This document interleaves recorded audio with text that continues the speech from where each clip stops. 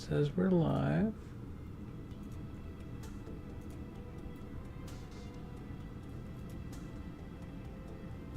Can't plug this. Chat will be nice.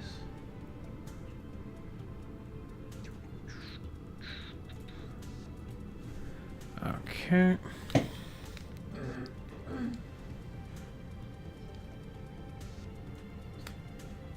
Pull up my in front of me chat monitor. So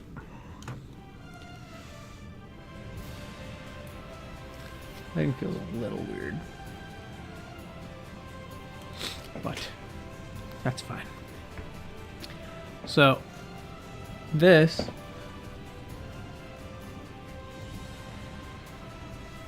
is Xenoblade Chronicles X. Just gonna jump into it. I will warn you, and this is going to be a thing that you will notice probably pretty often, is load times in this game are quite high on Wii U. Textures load in slowly. Huh? They actually seem to have loaded in well. Okay then. It's not common.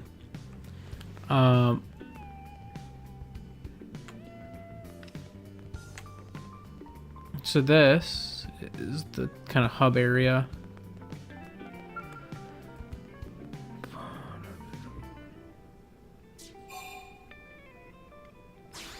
There. So it's kind of like your base of operations here, but I'm gonna go into the world so that I can show that off better. Oh, the lighting's harsh now, but it's better than it was. God, why is my wait, can I?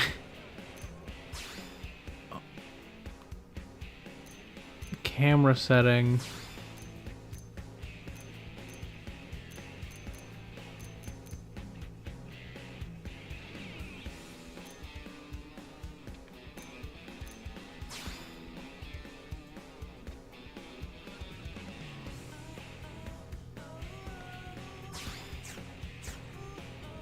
Gonna try maxing this just to.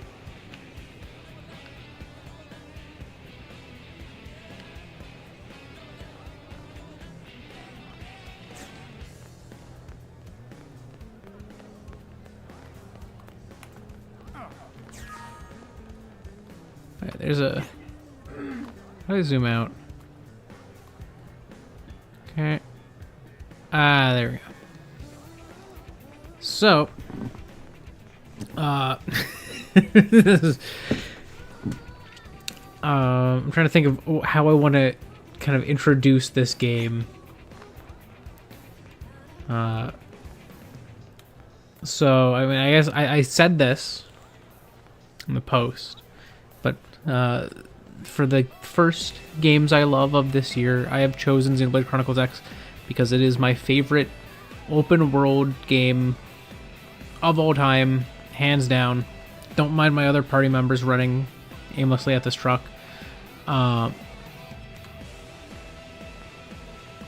So,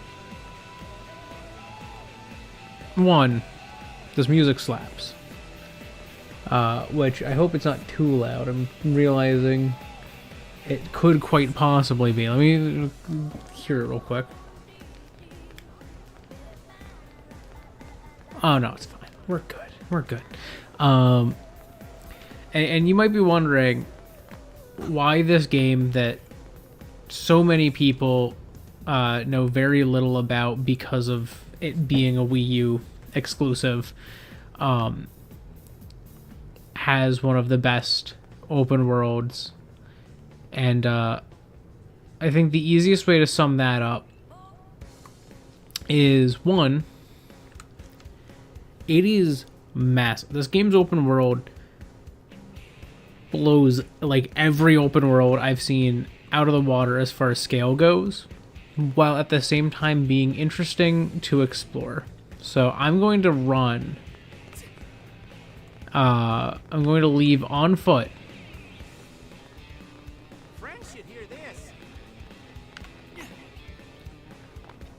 And by leaving on foot, I can show you the scope of this initial area, because this is kind of like the first place you go out. You'll like leave through this gate, and this is like your first area that you start doing quests in. Is this area out here.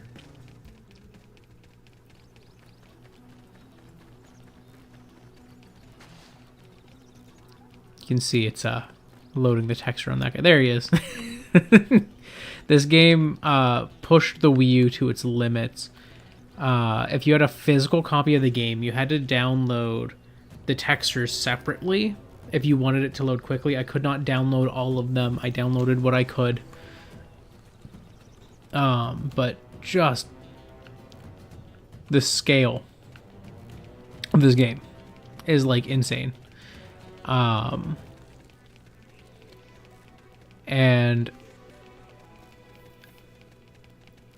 let me can I pull up the map on the TV? I don't think I can, but I can show it here on the gamepad. So the map, bring it nice and close. You see these like little continent sections. Right now, I am standing in one, like the bottom middle of that like arc that was on the thing. I don't want to hurt him. How do I turn off my targeting? Nope. I don't want to. No, I don't want to kill them. How do I? Okay, there we go. It's like, look away. I haven't played this game in a while, so I'm not as familiar with the controls anymore. But when I first started playing this game, I was like, ooh, what is that over there? Can I go to that?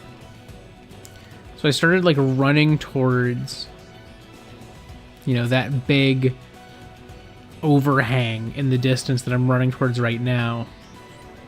And the answer is yes, you can go to that. But as I was running towards that, you know, I ended up seeing these ones, and I was like, whoa. And I saw this like even bigger one, and I was like, well, I can obviously go to that. That's pretty close by. But I was like, what could possibly be, you know, I keep forgetting how to jump. I was like, oh man, what is over there? And so, you know, notice things start getting to higher levels here. It gets more and more dangerous to like approach this area. So it took me a little while to actually be able to go over here. But when I finally did, I just like went under this big dome, and I was just like, this is like the coolest thing. Oh, you're actually a high level enemy.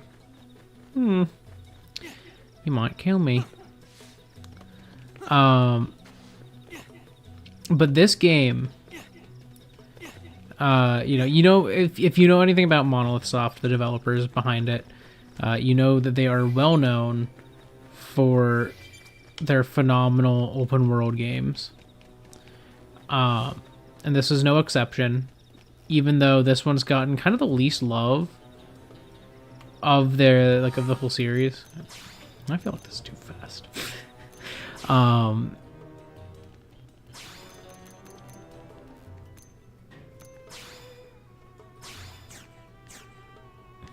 There we go.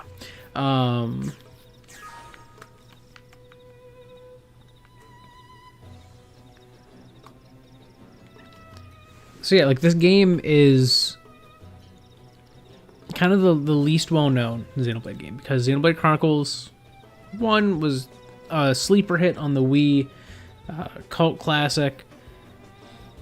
Xenoblade 1 was remastered on 3DS. If you had a new 3DS, you could play it.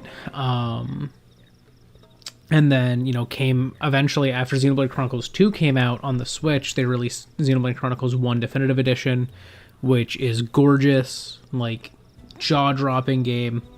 And then, you know, Xenoblade 2 was big. Xenoblade 3 came out, that was big. X has not had that opportunity, and it's finally getting it. Finally. And you know I'm going to be picking this up very quickly afterwards. I've not beaten this game either. I probably won't beat it again when I play it on the Switch, but it's just such a world to experience. I'm gonna keep moving so I can show off some interesting things. So there's no fall damage in this game. You can just jump off things. It's great. And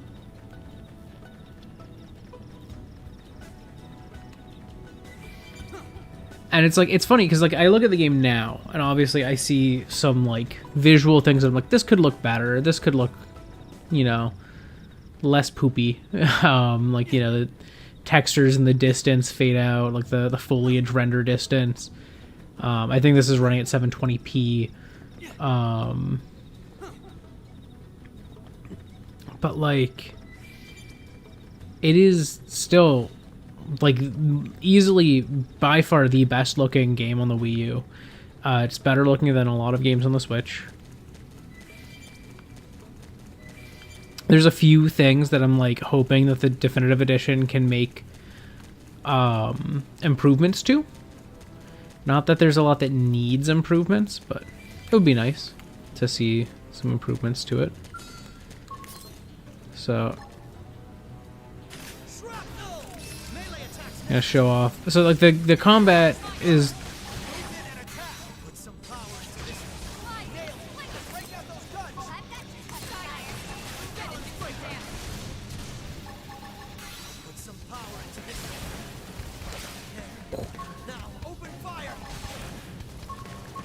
oh, we're messing this thing up.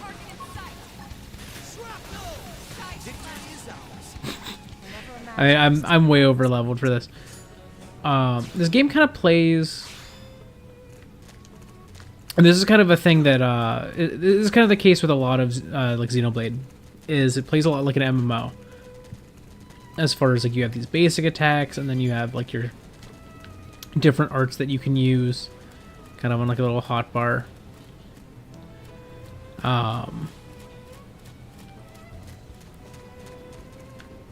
But like the combat was never the most exciting thing to me about this game. It's fine. Like it feels good. The combat, when you get a feel for it, which, you know, I'm obviously very out of practice. When you get a feel for it, it feels great. But real quick, I'm going to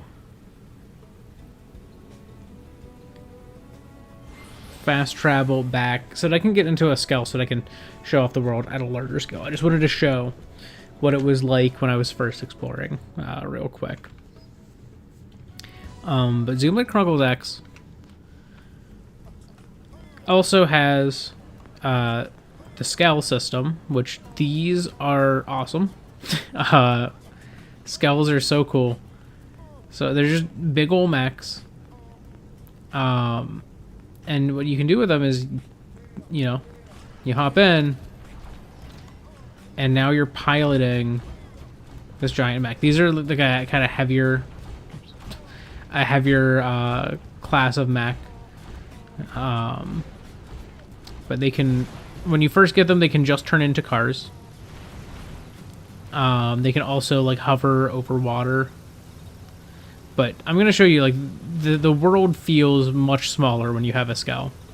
So I have already driven now back over to these domes. Uh-oh, uh-oh. Uh-oh.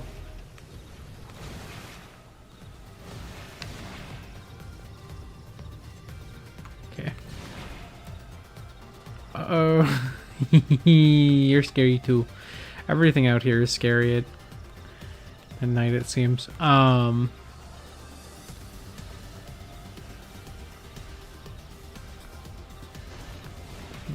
mind me bonking into stuff. But yeah, like the way there's like dynamic like fog effects to kind of help make the world feel more complete. It's just so cool. Yeah, this area that I'm in right now, this lower continent, is huge. Like, this space is not a small space. Where's the... Yeah, you can see those gigantic domes I was near are now like right above me on the map there. Tiny, tiny little things. Meanwhile, the gigantic dome is right here. And yeah, it's gigantic, but when you're in the skull, it does not feel big.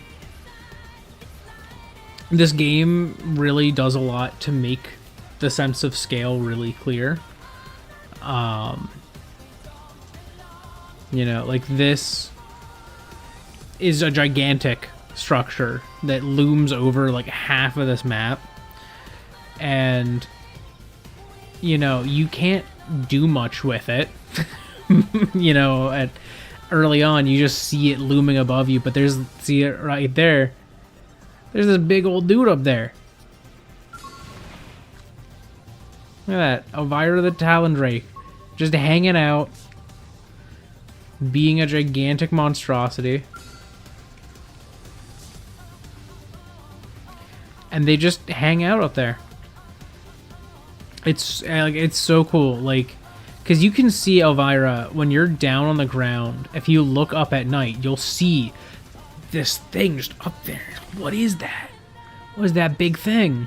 And that is one of those things that, like, Breath of the Wild had Monolithsoft help Nintendo to kind of make the world feel like engaging, and it worked.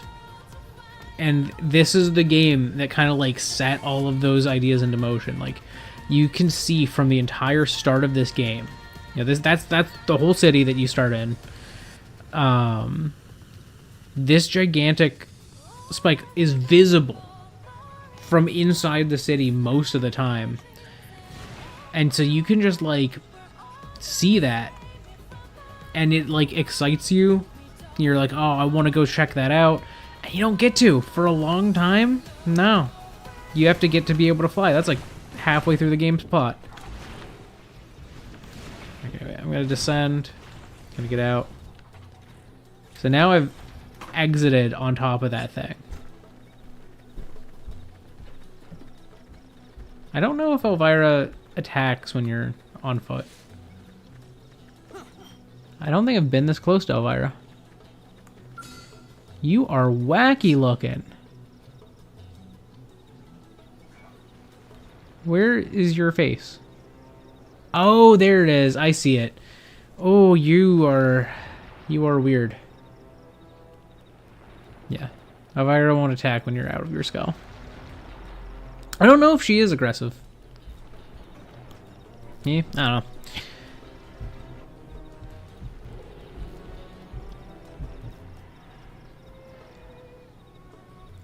God, the designs of the creatures in this are crazy. Oh, what is this doing here? Am I too low of a level to do this? Nope. Oh, hey.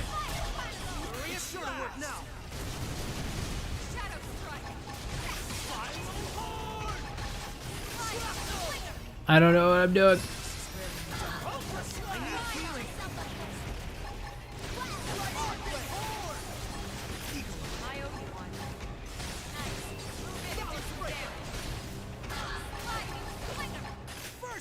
I'm just blasting them with everything I've got.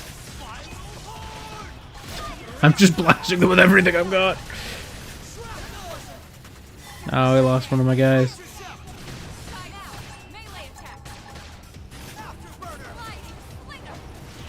Oh, we took it out. Excellent strategy. Okay. All right, I'm getting the hang of it. I got jumped. It's fine.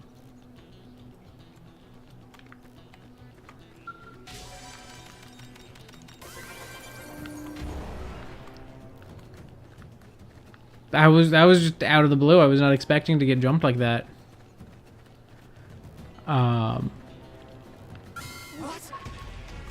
Oh my god, there's so many of them up here. Intercept. Melee attacks next. Ultra slash. Shrapnel. I'll distract you. Furious blast. Oh, and there's another thing too now. I won't miss this chance. They're tough. I need healing. Max on edge, but I need strength a lot. Now go. So by doing the things that you're supposed to do, you'll like get the ability to like heal your team during combat, kind of passively. Woohoo! I kind of flubbed that one. Gonna hit them with an afterburner. It does my big boy damage. Oh, ataraxia. That's cool. I didn't know what that word was until now.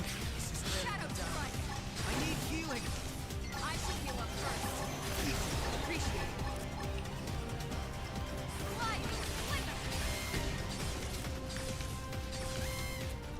Light, I'll make sure to leave a dent. Sonora, get control of the battle. First down. Shrapnel. Okay. Light, Intercept. touch me up.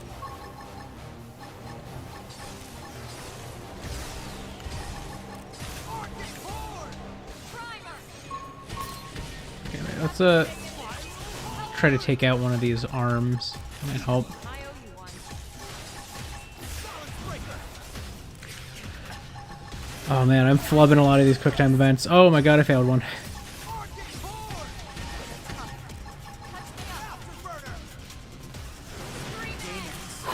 Afterburner. Afterburner took it out at least. Okay. Okay. I'm not good at this game. You can't be throwing stuff at me like this. Oh my god.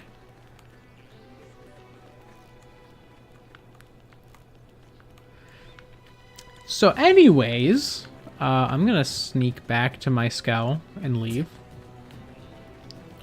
Because this is scary. I don't much care for that.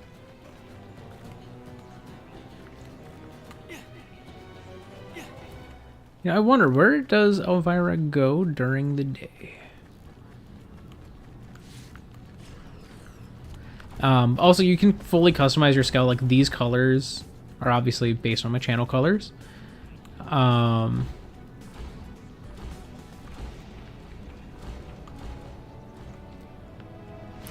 it's like you can fully customize every skull you have, including the ones that you give to your allies.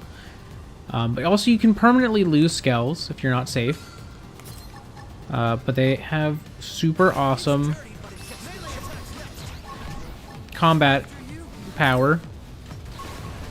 Like,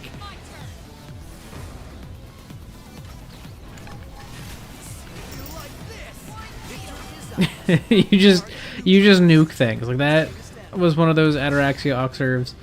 It took me a little while when I was not in a skull. In a skull, very easy. Dead very fast. Whoa. Looks like they saw us. You wish. Oh, I activated the inside shot and then... Okay, I one-shot it. Oh, another one. If you like this, I saved this for you. Put some power into this. Victory is ours. Wow, I'm just nuking these things. What level am I? Right, I'm getting the hang of it. Like, actually, what level am I? 54. 54. Oh, that's why. Taking things out so easily. But anyways, I don't know, I haven't had a lot of direction here. But this game, it scratches my ADHD brain's itch to just see cool things. So you're gonna be dealing with that. Oh. Level 5. Shrapnel! Magnum, open fire! Furious blast! Put some power into this. Take out those guns! This is not my favorite of the classes. I've basically been playing this game by like frequently mixing up the classes, kind of doing whatever.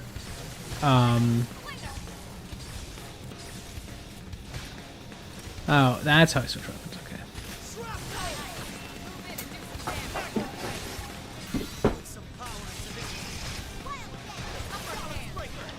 But yeah, I don't know. I was not good at the strategy of combat in this game. I just did things. How about a buck? This should free me up. Thanks a lot. Do I do more damage at a distance with this gun? No.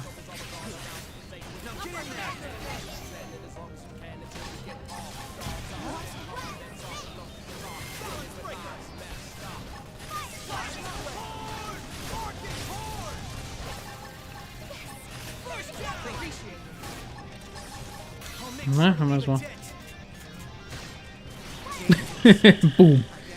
10,000 damage. Yeah, this is a game. Your level actually matters a lot. Like, you know, a lot of games, it's like, oh, I'm like 5 levels less than this thing. That's fine. It's not fine in this one. You will die. You will get killed if you are too low of a level. But one of the cool things this game has, and I can kind of show that from the surface of this island, and you know, if I go up a little more, you can see a bit more. So one, you can see there's like a chain of islands that stretches up that way. If you go that way, if you follow that chain of islands, which I did once, I just followed the chain of islands, it takes you to another continent. Similarly, you'll see like a little bridge over there, and something looming in the distance over there. Another continent. It's a little overcast in game right now, so it's not the easiest to see the distance right now. I don't know if it gets overcast when you're high up or something, just to control draw distance. But there's a lot of cool stuff that you can see in the distance. Here, let me see. If I get grounded, does more stuff become visible? A little bit. Yeah, actually. Yeah, I think the atmospheric effects are built to make it harder to tell what's in the distance. Which is fair.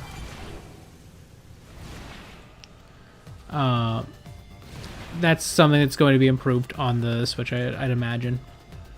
But here you can see like this. This is one of the first like big looming things on the horizon. This is something that, you know, Nintendo learned from Monolith and in the time that they were working together on like Breath of the Wild and Tears of the Kingdom, is you want to have big things that loom in the distance that make you want to go to places, that make you go, oh wow, that's cool looking, what's over there? And that's like this entire game's design philosophy is built on, ooh, that's cool, what's over there? And I love that. It's so cool.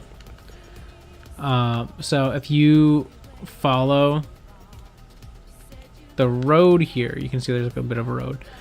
If you follow that, it'll lead you down this path where eventually it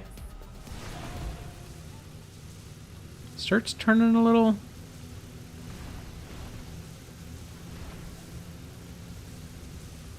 deserty. Actually, wait, is it raining in Oblivia right now? That's rare. That's rare. This is a desert. But then, boom, you're in another continent.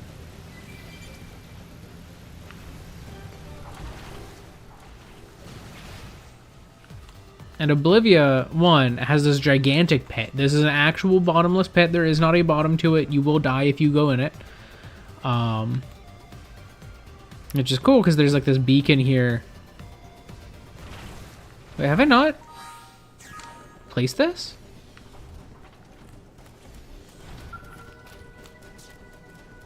Oh, okay, it's a level 5 data probe. That's why I haven't done it. I was like, oh my god, how have I not done this? Yeah, can I get back in myself?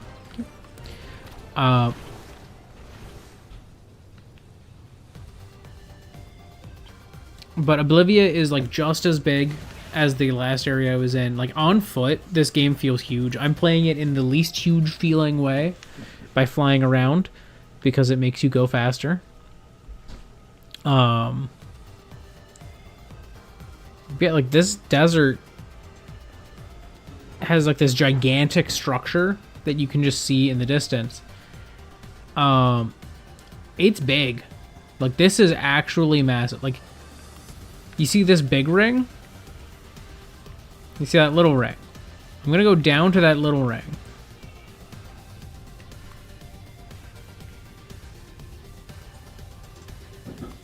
Oh, that's another one that uses the same Hartmut. Uses the same animation set as Elvira. That's a thing that actually happens quite a bit in this game and other Monolith Soft games. Is there's a lot of things that are like, oh, this is a recolor of this thing, or this is the same animation set but a different like model that's very similar looking. Yeah, so you see this big ring. It looked really small. But now let's get out of our gigantic mechs. This ring is huge. I have to swim up to it. Like, it's so big. Look at that.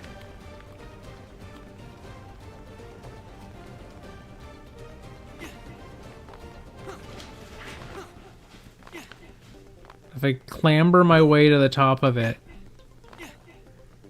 there's like big ring that's just hanging out at an angle. Like we get pretty high.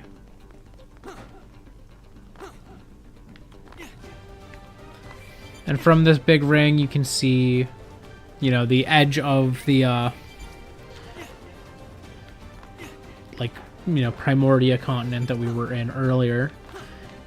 Specifically this area that's controlled by one of the alien races. Actually, that might not be Primordia. That might still be Oblivia. No? Maybe? Maybe. That might actually still count as Oblivia. It's just less deserty. Oh yeah, because Oblivia does have a colony of theirs. So, you know, that's just their Oblivia colony. And you can definitely see like level of detail, not the highest, you know, from this vantage point. Again, this game running on a Wii U somehow, running on the Switch, it's gonna be so much better. And like, I don't even think this is bad. This is not bad as far as like level of detail goes and stuff like that. This is fine. That's just better.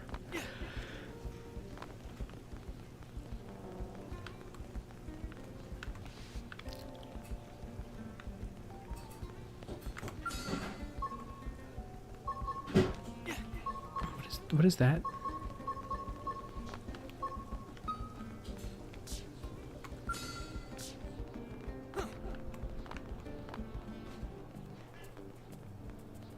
What is this?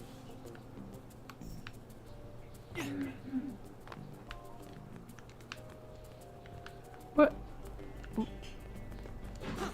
Hello? What is this thing?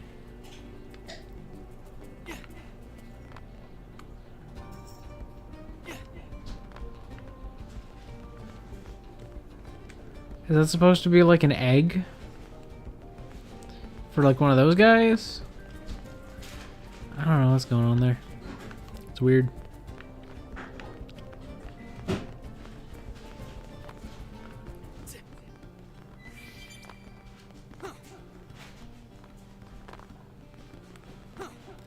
Whee! But yeah, so that's this big ring. Now look at that big ring. It's like, that's a big ring. I don't know. It's like this game.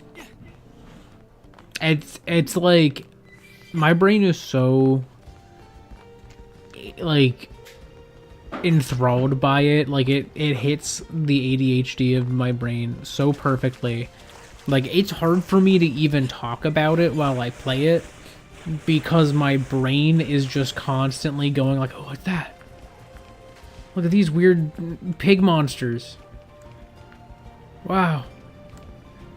Is that an eye on its back, or is the... What is that? Oh, whatever. Cactus! Like... It's just it goes at like a million miles per hour. It's not my skull. This is my skull.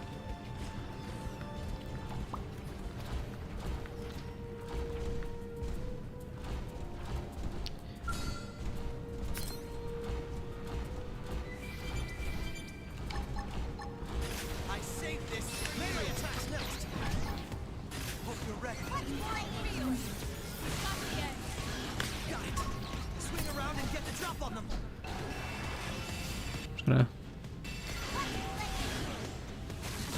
Just gonna break that. Don't mind me just murdering a gigantic, majestic creature.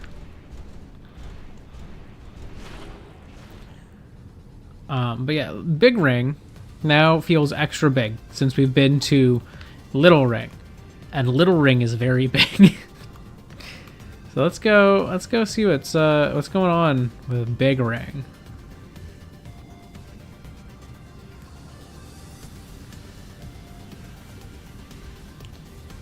Oh, don't get lost. Don't get lost inside it. Thank you. Hop out. Just getting stuck on it. It's fine. So this, the very tippy top of the Big Ring. Oh, I've never actually gone on top of the giant ring. Wow. I hope I can access that. It's fine. If I fast travel, it'll appear next to me anyway. So this is the highest point on this ring. It's so cool. Like, this is just a gigantic thing. It's just here. And being on top of it, I'm not seeing much of a point to going on top of it. But it's cool that I can. Uh-oh, uh-oh, uh-oh. Uh-oh. Uh-oh. Ow.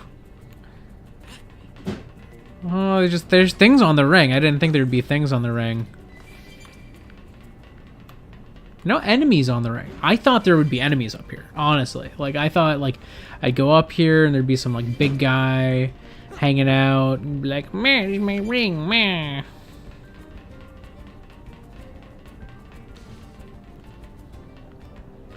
Wow.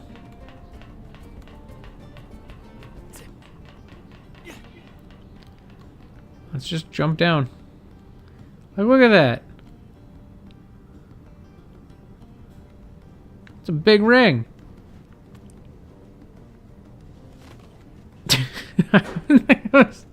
How long was it just falling for? Oh, that's so cool, dude. I love this.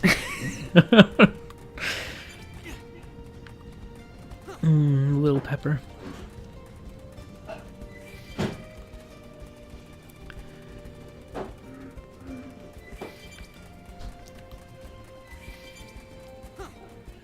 Okay, I want to show off each of these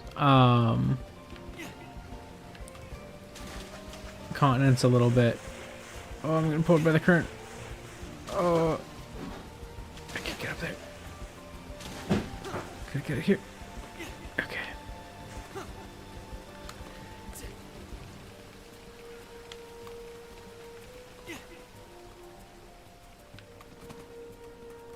Are all of these guys? No.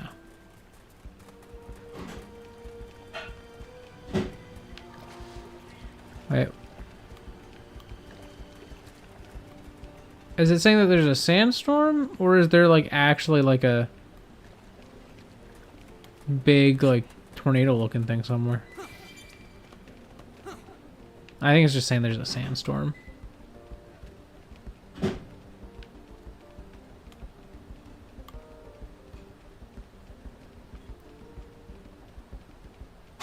Look at it go.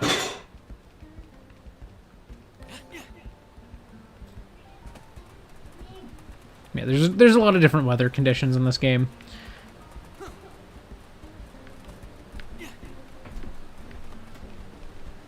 So that tiny looking island, it's over there. Actually, quite a big island.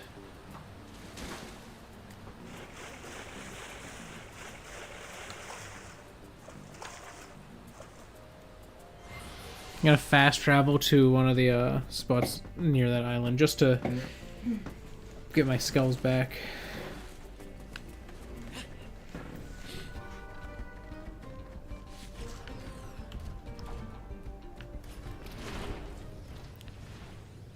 Yeah, you go over to this island. It's just kind of an island. Yeah. But there's a big guy on it.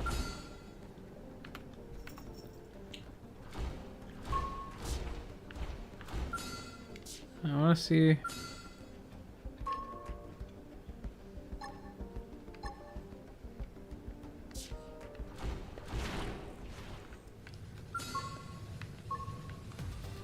Yeah, it's Violet Service. Oh, it hangs out alone on this island. There's no other ones on here. Oh, God, can I kill it?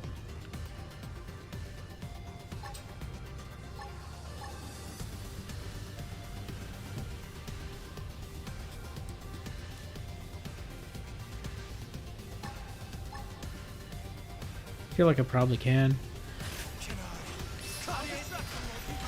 Oh, I did not do as much as I thought, and that was my big boy damage.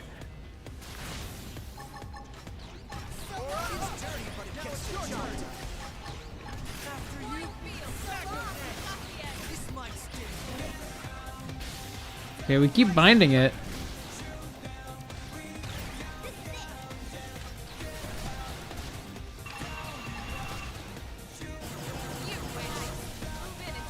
Okay, it didn't do a lot of damage.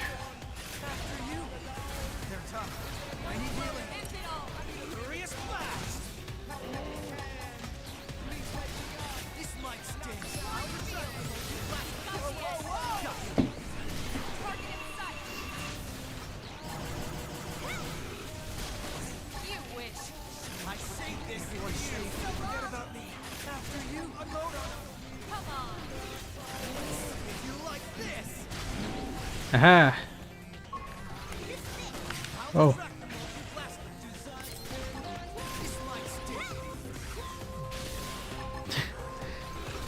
This big guy is kind of big.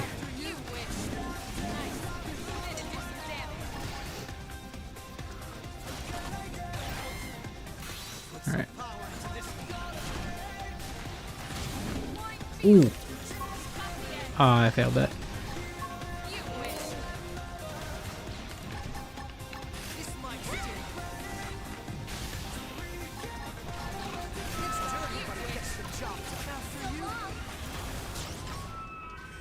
Goodbye.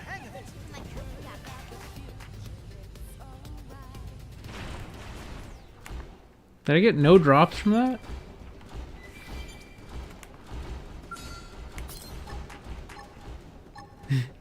I like how these guys are they're just clapping.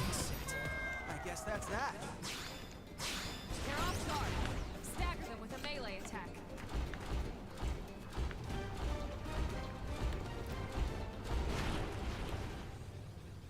Oh yeah, during the day you can definitely see the sandstorm a lot more intensely.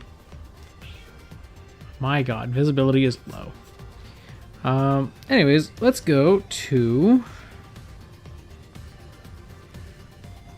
Noctilum.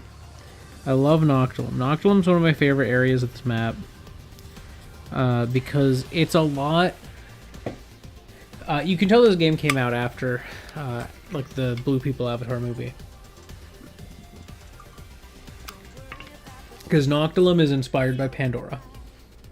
Like, easily you can tell that. So this is Noctilum. Oh, I ran something over.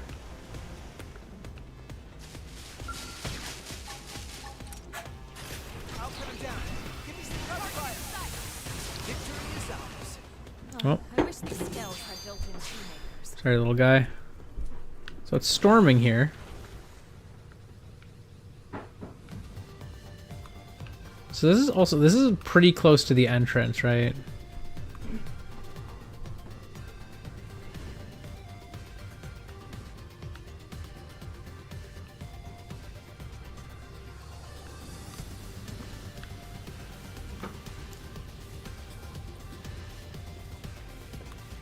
Yeah, like I think the skinny little land bridge is kind of in this general direction. Like as you approach this area, you just see this like gigantic foliage, and you're like, oh, what is that? And it just gets bigger and it just gets cooler. That's the other part. It gets cooler. Like this looks cool. When you first get here, you're like, wow, this is really cool.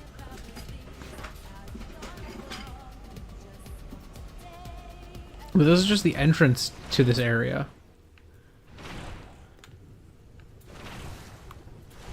Crap, looks like they saw us. They're off guard. Staggers with melee. Magnum edge. Furious blast. There's so many of them. You win. I'm sorry, little guys. Check out today's menu, Lynn. I didn't mean to have to kill you.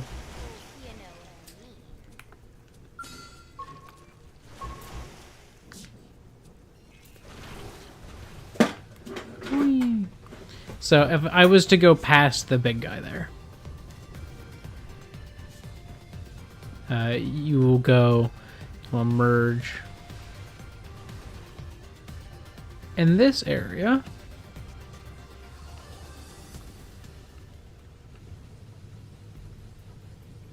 Roughly, I think. The exit might not be right there, but this general vicinity.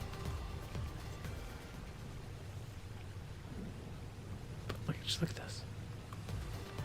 Big glowy trees.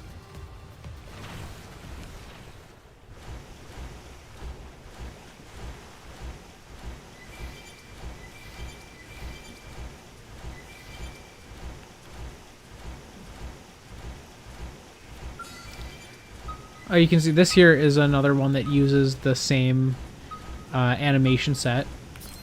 This is Oscar the Summer Squall. I'm gonna like one-shot him here. Oh, I did not one-shot him. It's dirty, but it gets the job done. He doesn't have a lot of health. He's level 11. We got it. Let's move.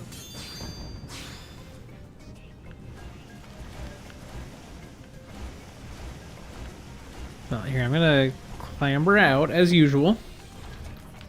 Explore this area on foot a little bit.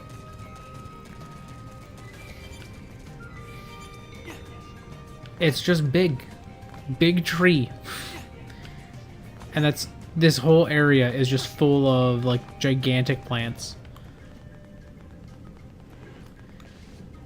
Like that's really one of the core pieces of this game's design is just scale. Like when you're on foot, you just feel so small everywhere you go. Even when you get your skulls, you don't feel huge, you know, a lot of the time, because there's these gigantic set pieces that still manage to make you feel small. Like, you get the skull and you're like, I'm so big, I'm so bad, and then, you know, you meet a cliff that's so big that you can't scale it even in a skull. And then eventually you get the ability to fly in your skull, and then you can go up that cliff.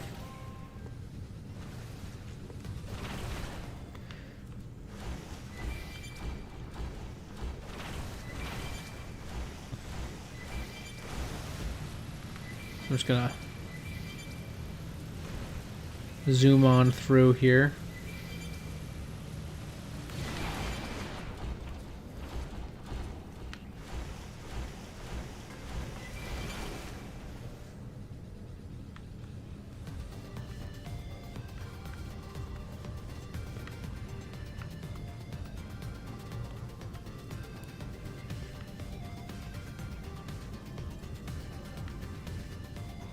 Yeah, like I've only been, I think, I've only shown this like little area. Yeah, there's Primordia over there. And you see like that gigantic thing down there? You might go, oh wow, ruins of some big gigantic mech. No, that is a boss. That is a boss you can fight. You can wake him up. He will kill you.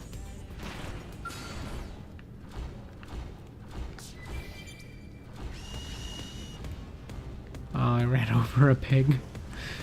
I'm sorry, piggy. I'm Sorry. I don't mean to. Whoa. Okay. He was peaceful. He was chill. I didn't want to make him upset. So yeah, like, some of the enemies also here to give you scale. Look, there's like little guys who hang out around this big guy.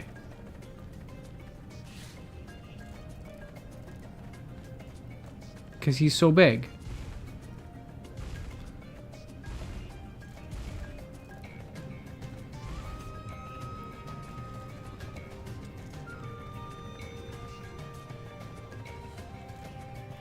Love that guy's design.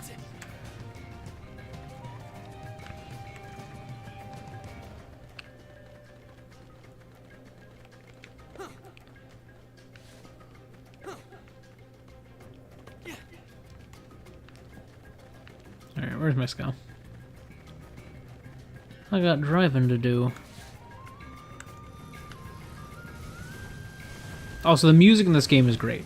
A lot of people don't care for it.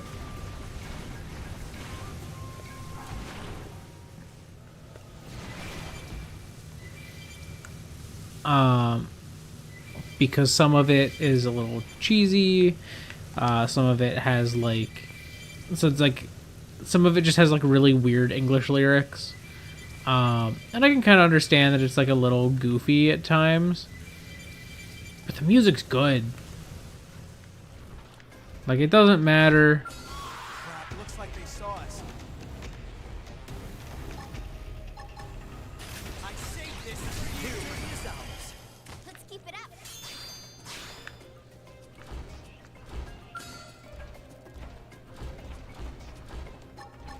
Let's see if you like this. Going in. Use melee attacks. I'll put some power into this. Melee attacks.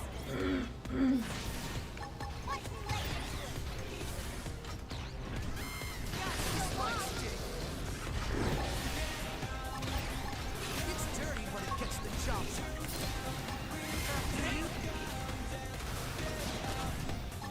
Ultra slash! Furious blast!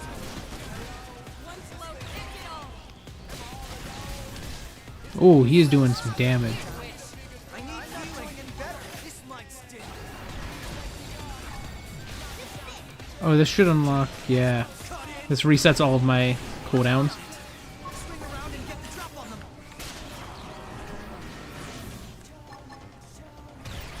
This might sting. Magnum edge. It's dirty when it gets the job done. Touch me up. After you, furious blast.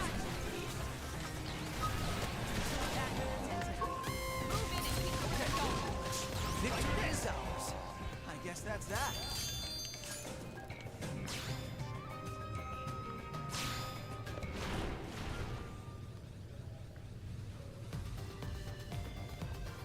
A little tougher of a fight because we ran into like a few enemies there.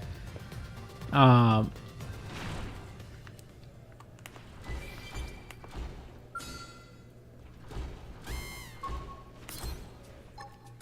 you're ready.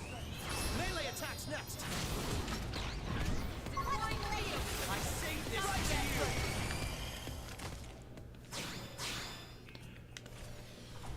Which is like, look at how big this like bug thing that I just fought. Oh, whoops. Never mind.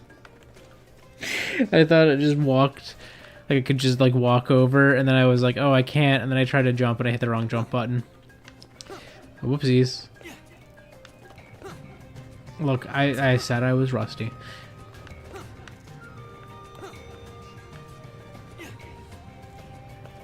Alright, it's fine. It's fine. It's fine.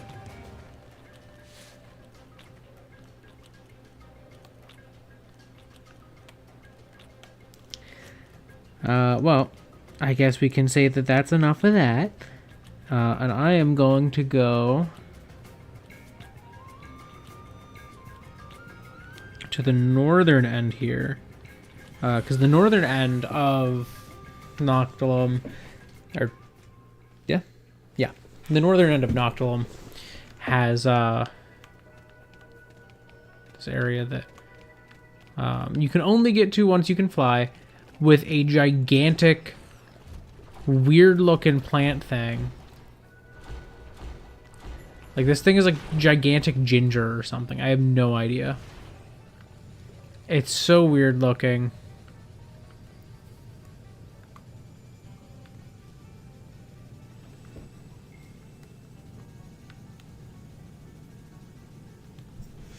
But it just like branches out in every direction. And like one of those branches reaches down and into the area you can see. So that's one of your hints that like, oh, there's something up there. Because you see this. And there's nothing else here that looks like it. And you're like, what is that? But you can't get to it. Like, you just see this reaching out and dangling above this river, you know, right in front of this gigantic waterfall. What is it? And you have no idea. But eventually, when you can fly, you get to find out that it's a gigantic, gigantic plant. Also, note that there's a boss flying around it. Oh, there's multiple. Oh, that's a huge boss. Please don't fight me. Please don't fight me. I'm scared.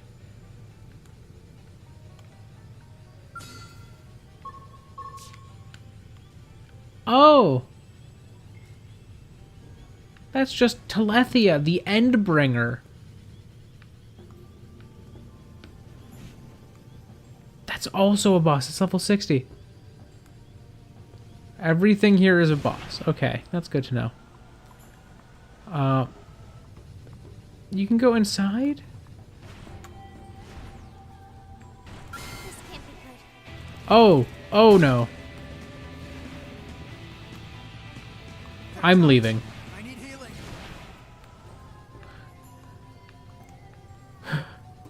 There's a boss inside that's called Joker the Unknowable and is a beetle. And it's level 90. That thing could have one-shot me. Not worth it. Wow. But just look at how huge Telethia the Endbringer is. Like, I am tiny in comparison. I think Telethia the Endbringer is actually the highest level enemy in this game.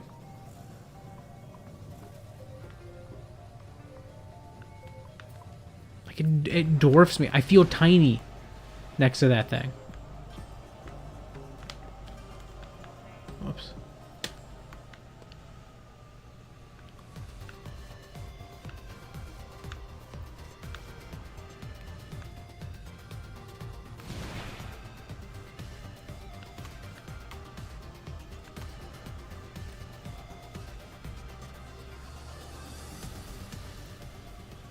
Let's go back into Noctilum,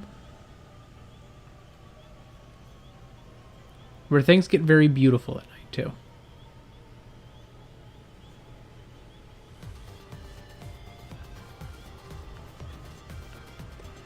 A lot of the plants in Noctilum, like, bioluminesce, which is very cool. This section of it has less of those, so I'm gonna try to go back to the like southern end. Yeah, you can see over there where they're glowing.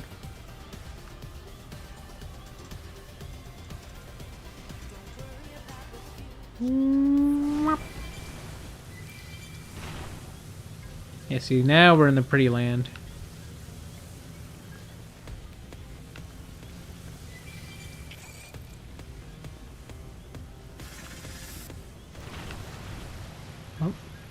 Going around, going around.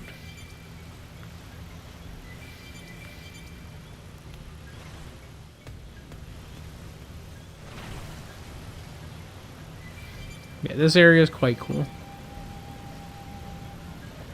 Like this and Oblivia are like the two first ones you reach, which makes sense. They're the two that are attached to Primordia, like which is your starting zone.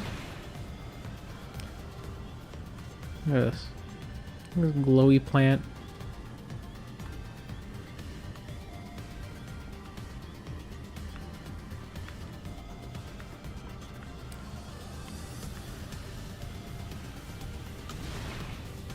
Alright. But since it's nighttime, now is a great time for me to go to Solvalum. Which is one of the coolest places at night in the game. It has a song that I use often when I'm doing like spriting streams and stuff like that, which is its night theme.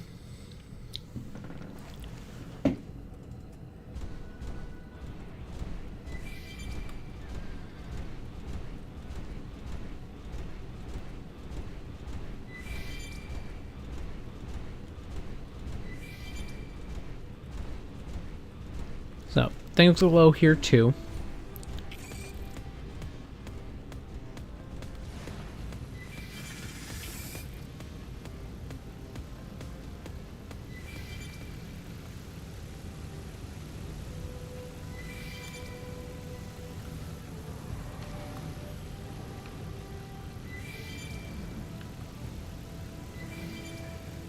There's actually quite a few things here that are kind of scary,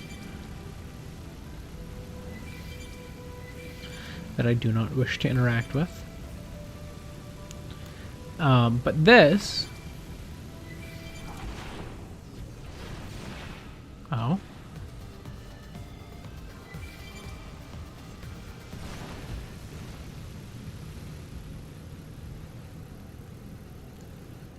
What do you mean?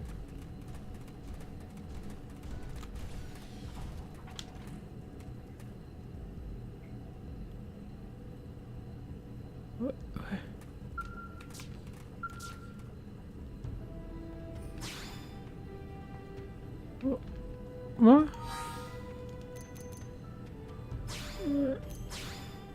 What do you mean, knowledge from the grave? What does that mean?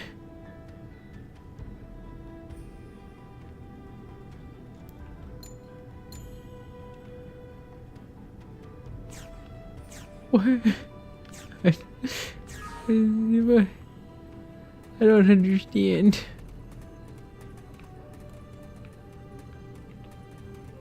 But you see up there, big glowy. That is gigantic. I did not know this place existed, but I knew that existed. And I saw it in the distance, and I dedicated like 2 hours to getting to it.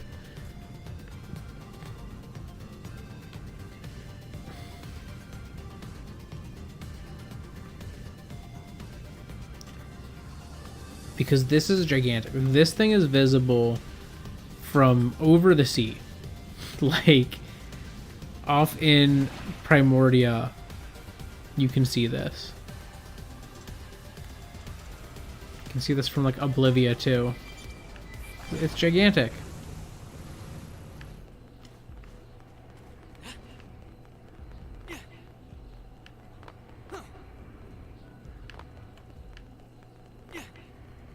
It's a gigantic glowy. And this place is full of big glowies.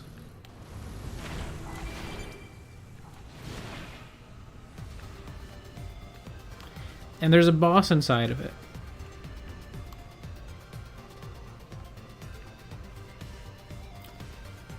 A boss that scares me, so I'm not gonna fight it, but I will go...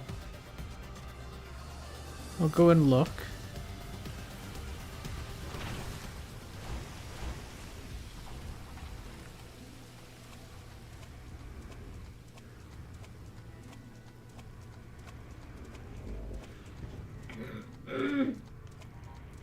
It's the same model type as the Telethia.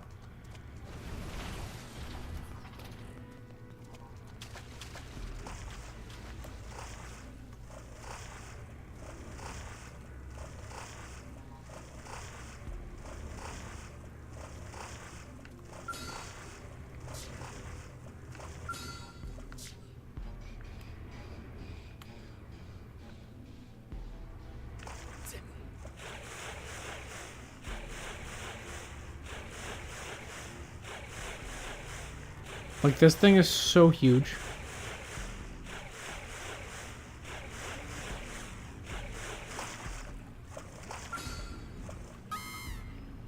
Oh, yes. Farsis the Ever Queen. That's who's inside. The level 97, second highest level boss in the game. Also gigantic.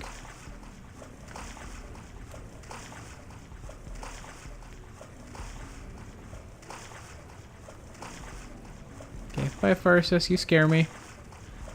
I'm leaving now.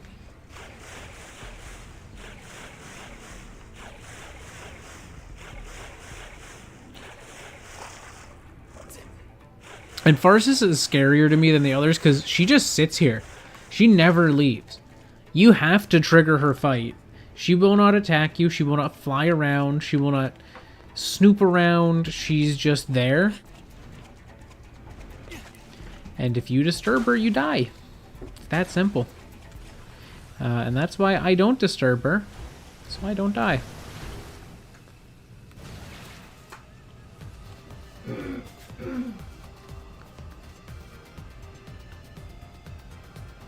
But as you go further north,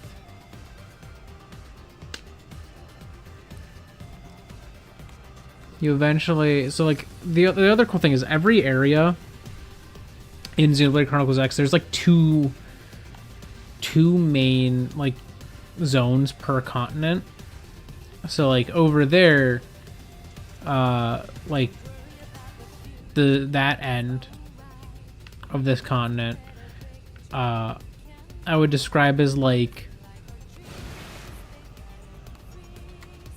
I don't know, the damp zone, I guess. Like there's a lot of water. This section is the dry zone,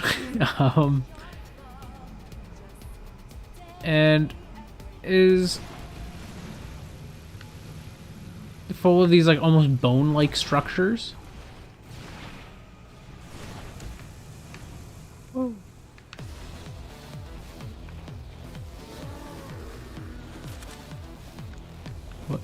What is here? Oh. Just a little guy.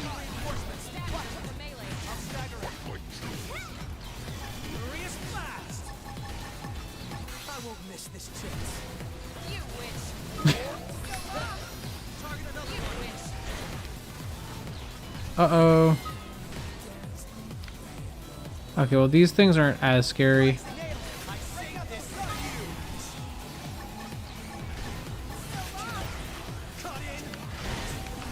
Uh-oh, uh-oh. That's...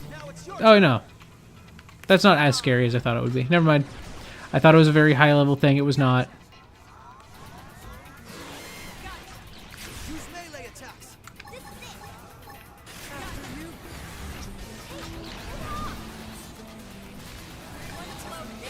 Like, that's not to say it's not intimidating, but it's not as scary as I thought it would be.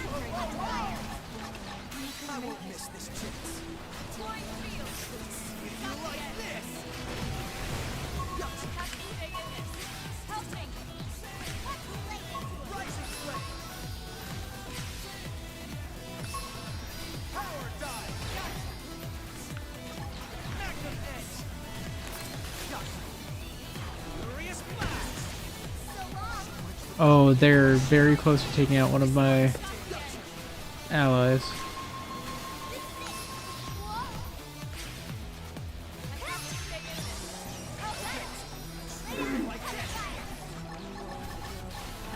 I won't miss this chance. Now it's your turn. It's dirty, but it gets the job.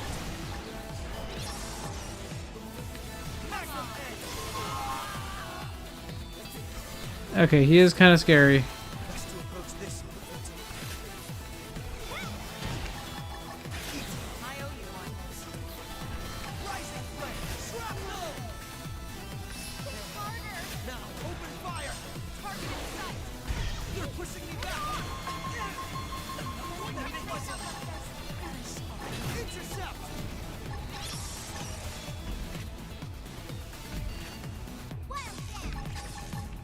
Intercept!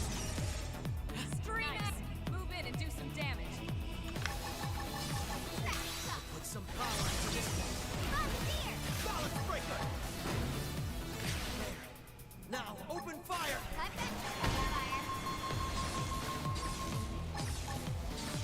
Now, melee attack. Put some power into this one. Shadow Uh-oh. strike. Upper hand. I owe you one. Slide. First down. Intercept. Oh, we might die. Yeah. Okay, don't fight that. Bad idea.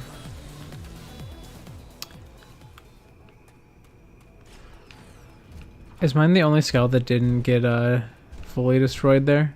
Yes. Okay.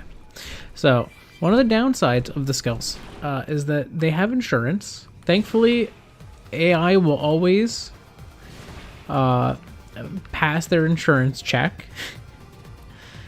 So that's nice. I just want to see what's on top of this, and then once I've done that, I'm gonna go home, get the repaired skulls from the insurance. Uh-oh.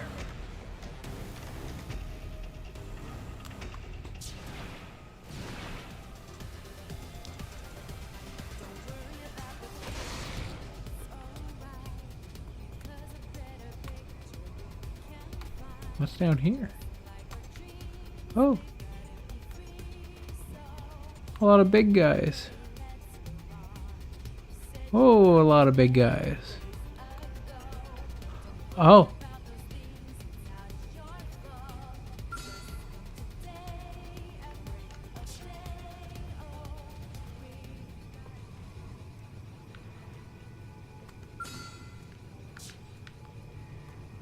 Huh.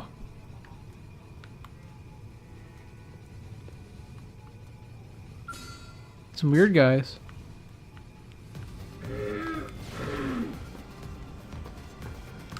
Okay, well, let's go home real quick. Let's just do that.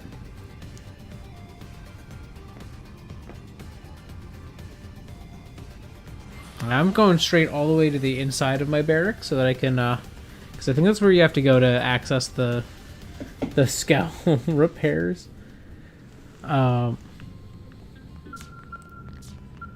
Is it in here? Is it this no. Yes? Barracks hangar?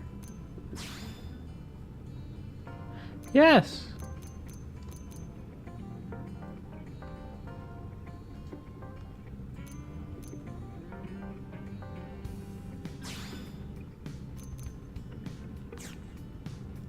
Okay, no, see, they're all repaired. Oh, I can actually show my old skulls because I just keep adding to them. So this is the one that I had early on that had like my old color palette. This was the first skull I got in the game. Then I had this one, still using that old color palette. And then I had this one using the new color palette.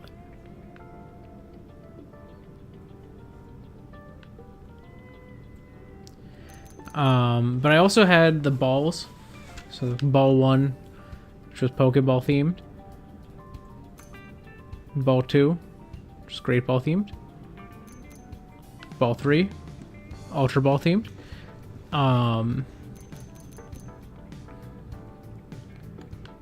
We have the Troll 1.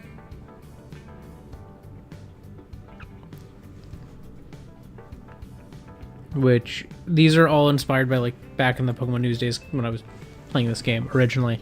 The Troll 1 is Virtual Hologram, my friend Jacob.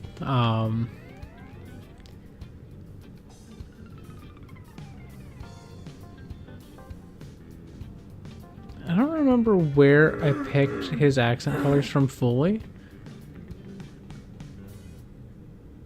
Because there's like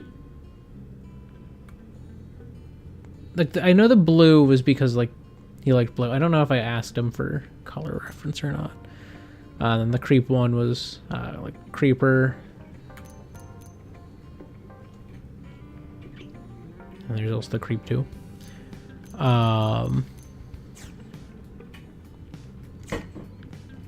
Okay, but it looks like those might be good. Now, if I leave here, are the skulls there? Because I went to check and they were there. If not, I have to try to remember how to do the insurance.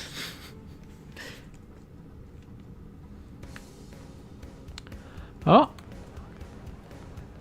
Oh, nope, nope, nope, never mind. Here they are. They're all here.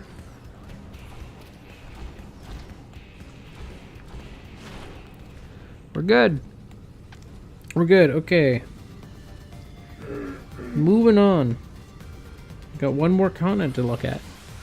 So I'm going to fly straight there.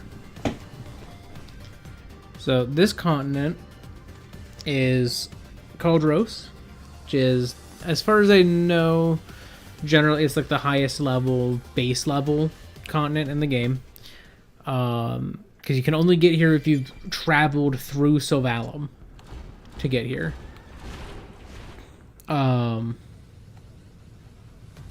Which is not the easiest feat.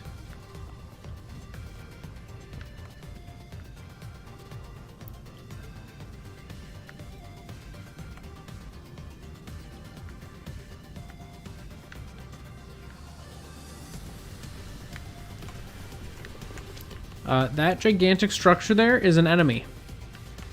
I learned the hard way that that was an enemy.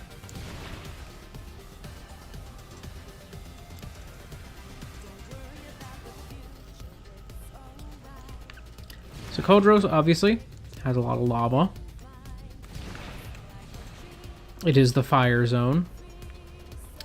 And as I said earlier, like every place has like two primary like sort of biomes in it. Caldros has lava, but it also has this like black and gold high-tech stuff all over the place in certain areas. And as far as I know, that's like where like the final boss stuff happens or something like that. That's an enemy.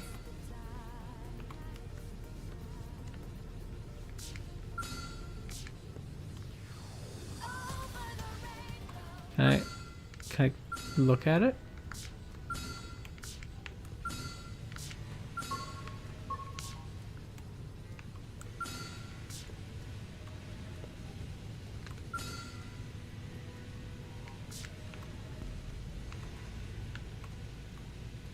Is it not an enemy? I'm pretty sure it is.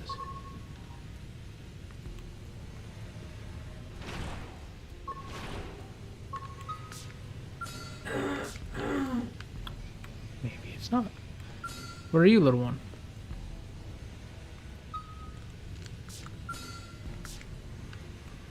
Are they not? Can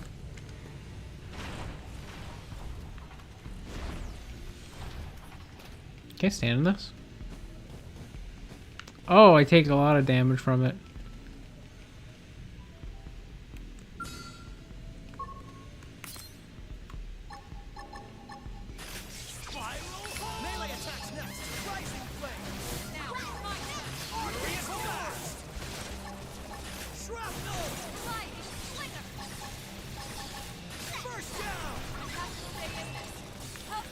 Oh, I disturbed one.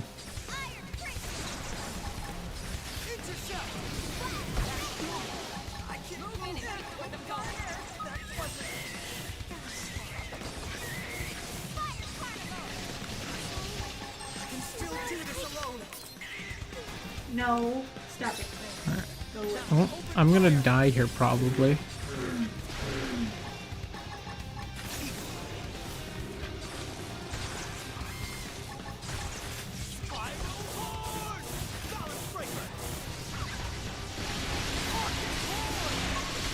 Whoa!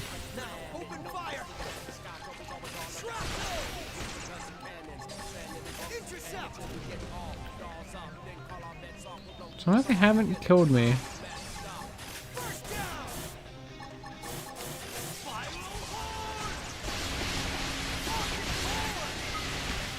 Whoa.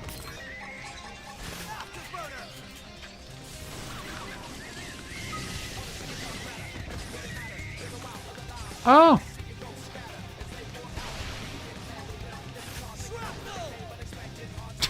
I do very low.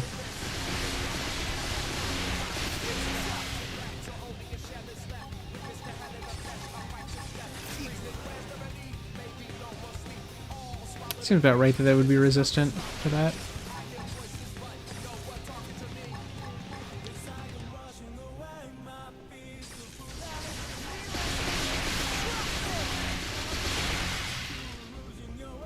First down!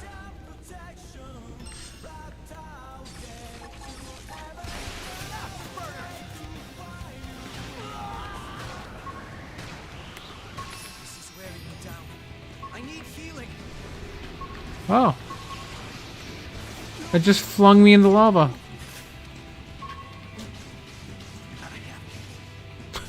Okay. Ow. Hmm.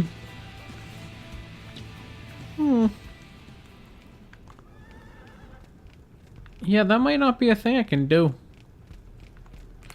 Fighting one of those. Doesn't seem to go well for me. By the way,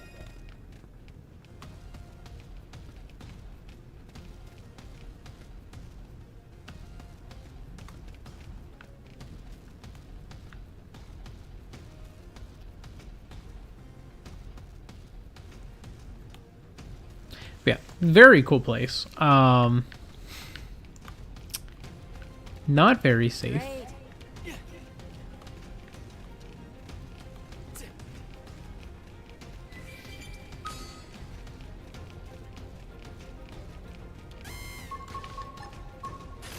arcing horde! Melee attacks next. Like this. Now, open fire, Reus blast! Break out those guns! I won't miss this chance. Got it. Swing around and get the drop on the play.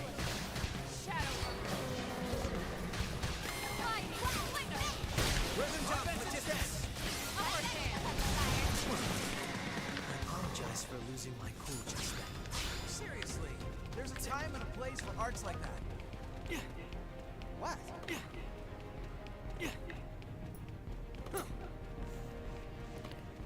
That place is a little more dangerous. I'm gonna go back to somewhere chill. And by somewhere chill, I mean I'm gonna go back to New LA.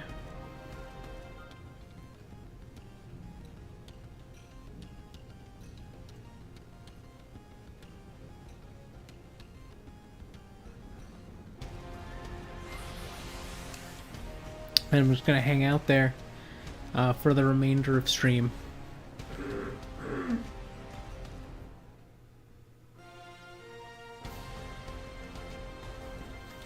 Yeah, I think there's a few areas this game could improve as far as like coming to the Switch goes. And I'm very hopeful it will improve in those areas.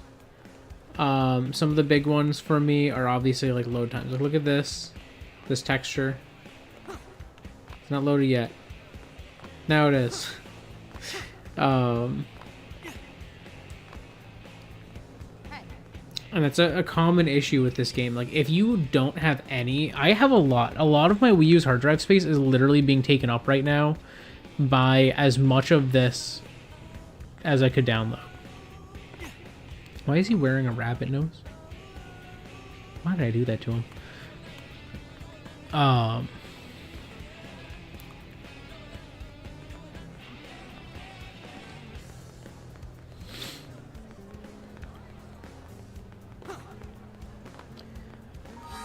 Let me see. Yes. So I can look at the different enemies. So you can see that there's a lot that are obviously like repeat ones. So you know, you have your Karos and your Grex. These are ones that use shared animation sets for the most part.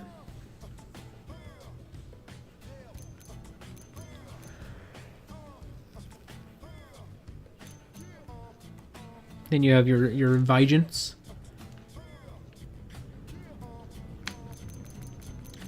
Which are similar to your Viragos. But I think, honestly, the enemy designs in this game are awesome. They're so cool.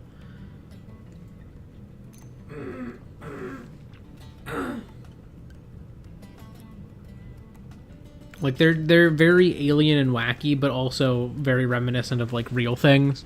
It's like your Monoceros and your Progen are ones that have similar animation sets. Then you got your Simius. Which are big, punchy monkey guys with 4 arms. Oh yeah, I was gonna say, and I think they're similar to the Cantors, and they are.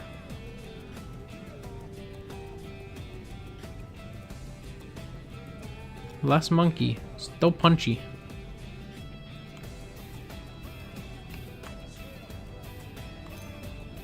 But yeah, no, they did a very good job making things that look absolutely different, that still use the same, like, animation sets and model types. It's kind of similar to, like, Monster Hunter in that way.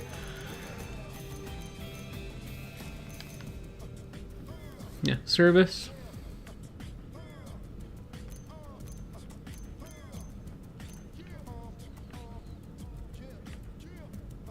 Yeah, you got these pigs, the Swedes. Swids.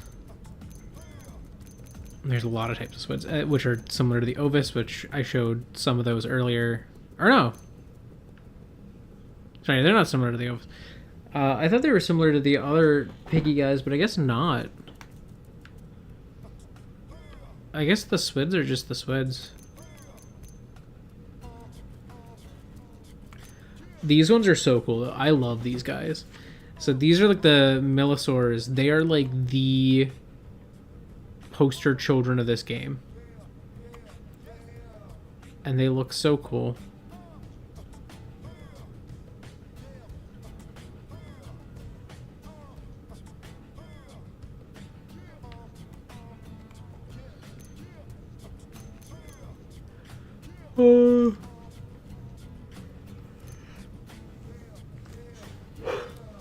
Yeah, here's the Evelos.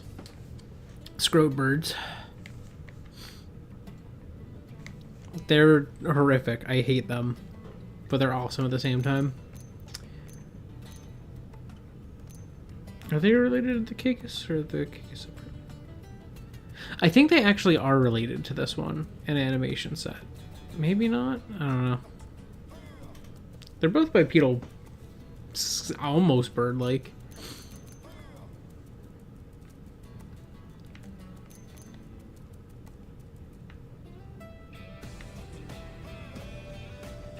Oh, no, I think the Caicus and the Insidias share the, like, animation sets.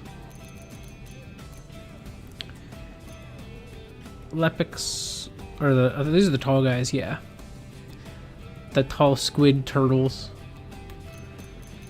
This, just crazy, what all of the, like, random creature designs in this game are. I used to just look at all of this for just hours. I would just, like, go through and, like, stare at these different models. And, you know, a lot of them are just, like, a, you know, recolored version of a similar thing, or, you know, one that has a different model but the same base animation sets. Like the Muras here are obviously same animation base as the Vespers, but they look very different.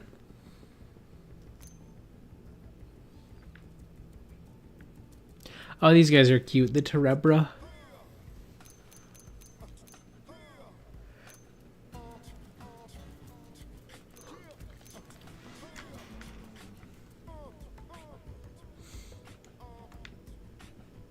And these guys look cute and little, but they're not. They're actually big.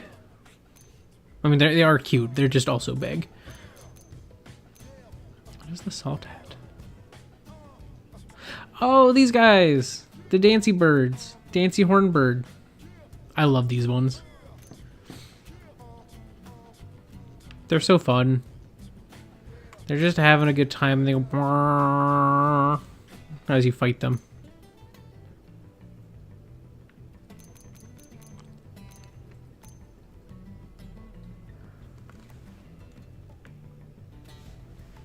And here's a similar thing, but it's a little different.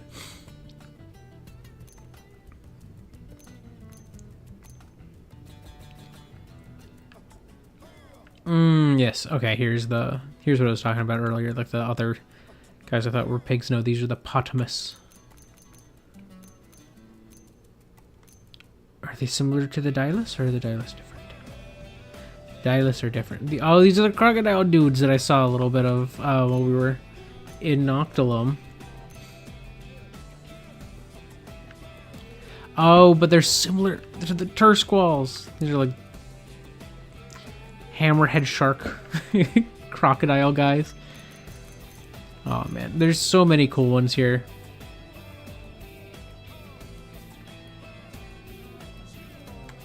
The Tainted Sphinx.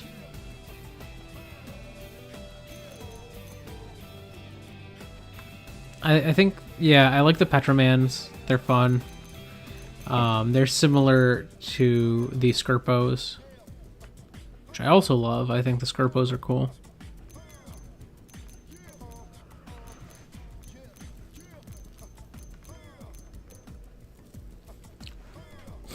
Forfex are also kind of similar, but these ones are crabs. They move sideways. And they don't have a weird sack.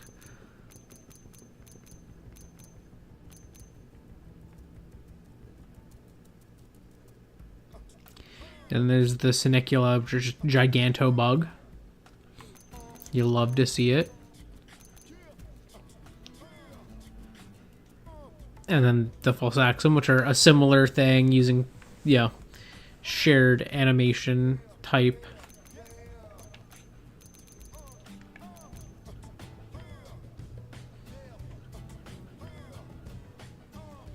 It's one of those Vivahasts that I took on earlier.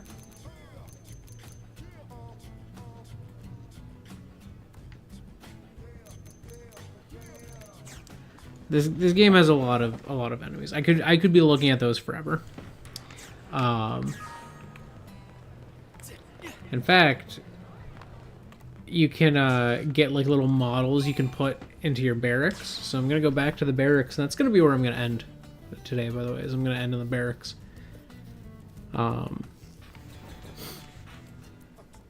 This has been a very directionless games I love, but that's because this game, I mean, it has a direction, but man, does it feel good to play it directionless. So you can see our skulls lined up. The one guy on my team doesn't have one assigned to him because he's here. I think he's here temporarily. I don't remember what he's doing here. This barracks, a long time back when I'd first designed it, it was like black with red accents and stuff, and I was like, that it looks so sad. And then I, redesigned it based on my current colors, and it looks a lot happier, and I like it more. But this room, you can put cool enemies. So I've put a few that are just ones that I think are cool. Like I like the Potamus. I like the big guy. The Siluth. And you can put like guns and stuff.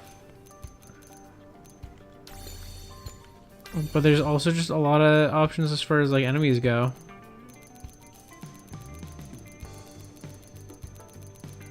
You slowly get them throughout the game.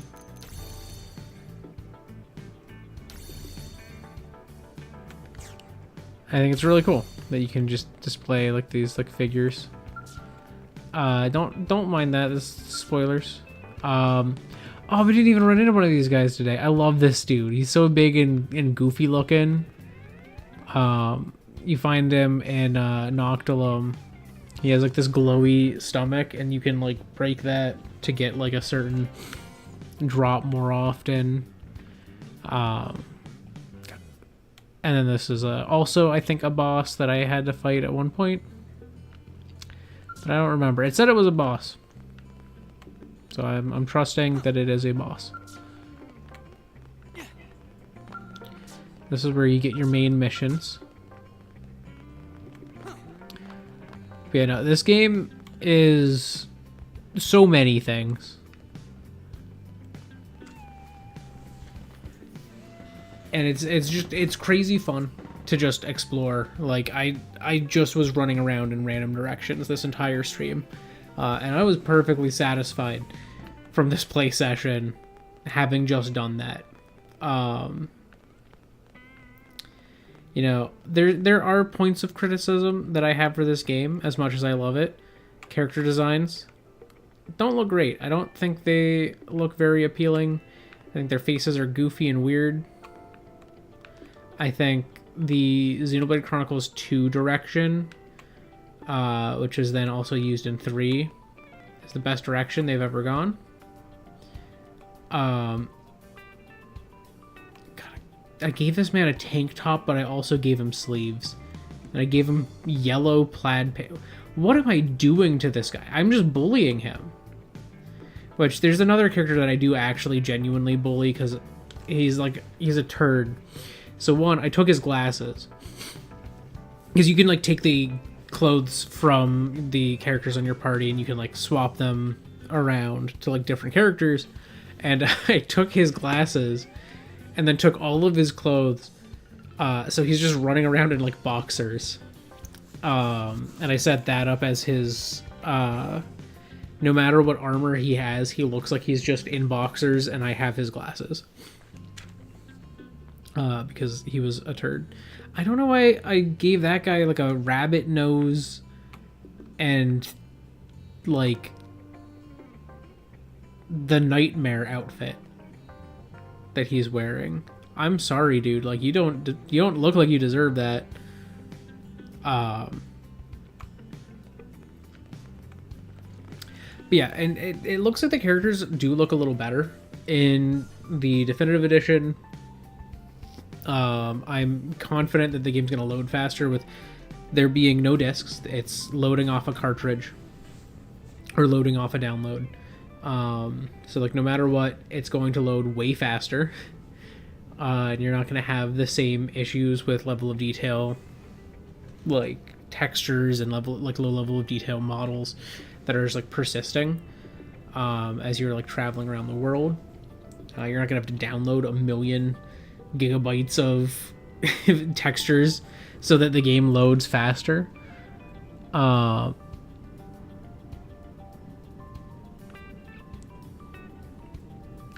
Overall, I think it's going to probably look better. Like, not that this game looks bad, but I think it's going to look better.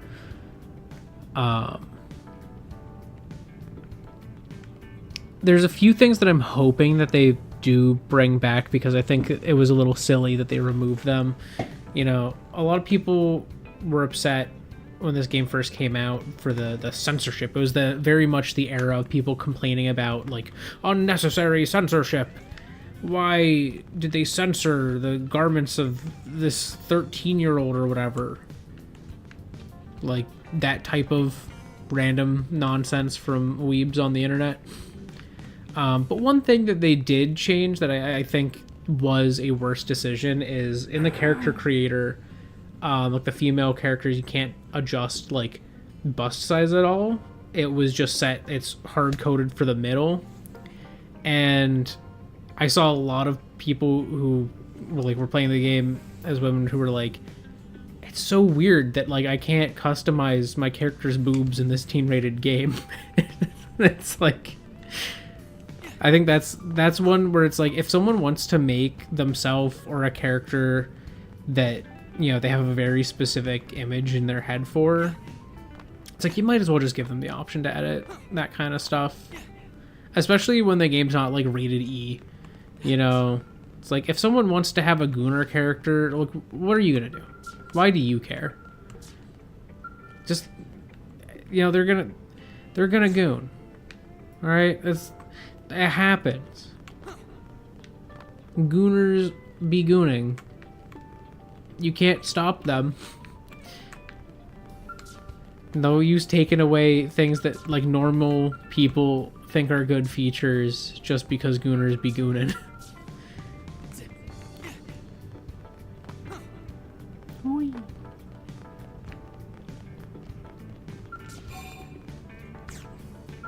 Actually, yeah, I'm gonna go back to the outside and just roam the city a little bit as I talk more about some of the things that I think this game could do in the definitive edition that would be nice improvements. One of them, I swear they need to make the affinity system easier. This game, one of the biggest things that's been holding me up in my ability to finish the game. So if I go to missions, you can see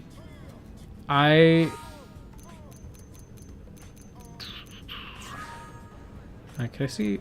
Is there a way to see completed missions?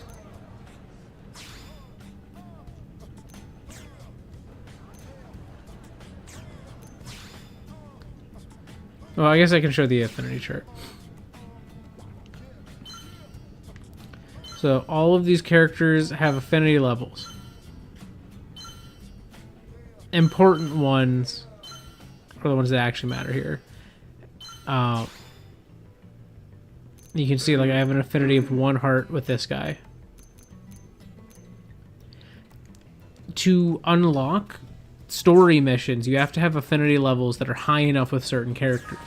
I don't freaking know how the affinity works. I do things, and, like, I had, like, this one party, and then I got a story mission where it's like, you need to have affinity level 3 with this character you hate. And I was like... okay. This for friends ears only. Yep, and get this. So I just spend a lot of time just trying to get that sorted. Also, this song right here, I just want to call it out real quick. It is in a lot of people's worst video game music playlists. I think it slaps. I think this song unironically is a banger. And people who think differently are just cowards. Like, is it silly? Little. But I don't know, it has such a specific vibe. And as the video of this that is in the playlist of bad video game music says, you say it's bad all you want, but you still come back to listen to it. So there's a church. I can't enter the church. But there is a church. Just straight up church here.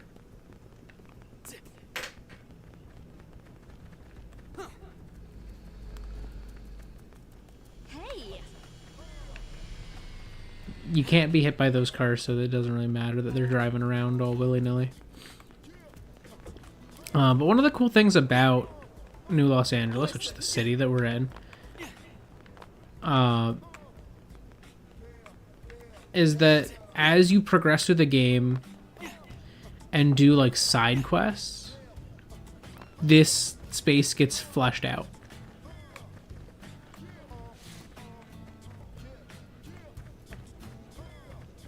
Like when you first start the game, like not all of these houses are built. There's just a lot of stuff that isn't here yet. And throughout the course of the game, it slowly builds up,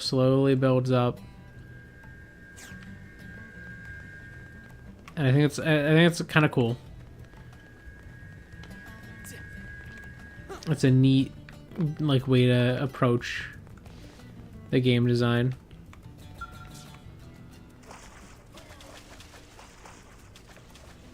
Oh, they're dancing. I'm stuck in your swimming pool. Oh, they disappeared. They got replaced. Look at that dude. There's weird hyper blonde hair. Oh my god, we had all these cool aliens here, and then they got replaced in the morning by humans. It's so lame.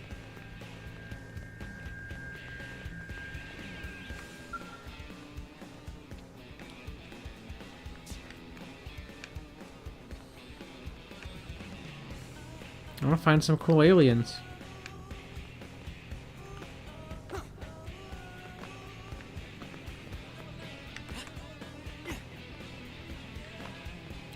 Ooh, these guys. These guys are so cool. So it's a little bit of a spoiler for their kind of plot, but this Tonbarok character here is one of a race that they reproduce. Basically, they reproduce asexually, and their knowledge is passed down to both of the new offspring. So, like, when they die, their soul splits into two, and then reforms as two new ones. So they're always twins. They continually accrue knowledge, but they're super frail.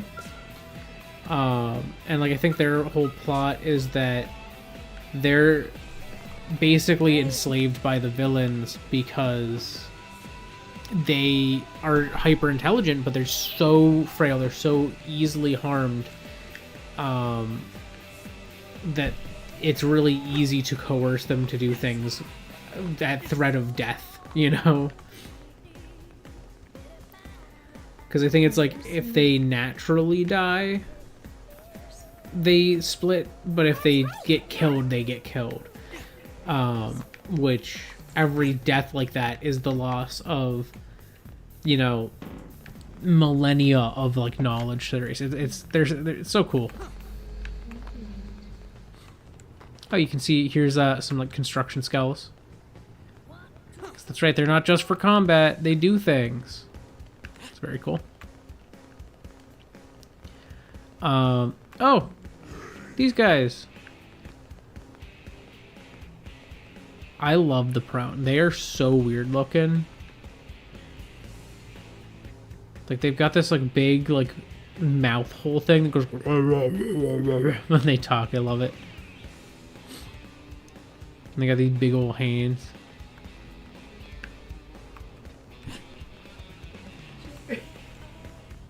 Jumped up, stiffed my sweater, Tetsu went.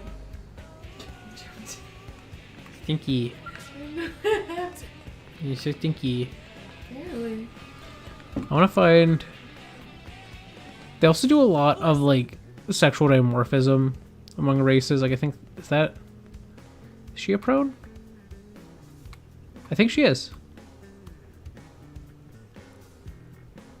So, like...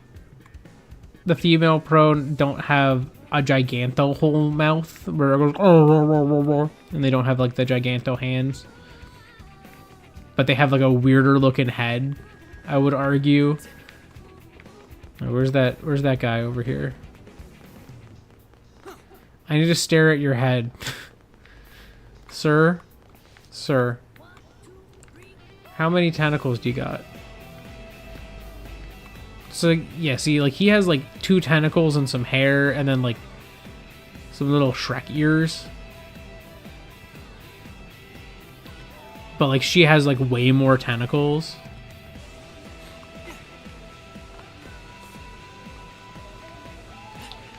There's a few other races. I want to try to find them. Oh, sorry, dude. I didn't realize I could collide with people.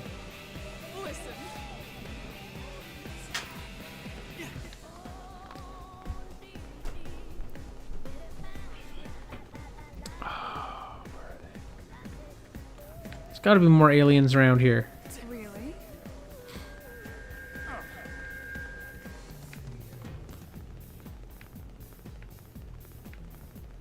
There gotta be some more aliens. Oh, here's a man on. Just walking in the street. They're little goofy, like, traitor people. They live in that big ship. I could actually go into the ship. I would find more aliens in the ship, actually, because I know that's where they live. Here, give me a second. Man on ship.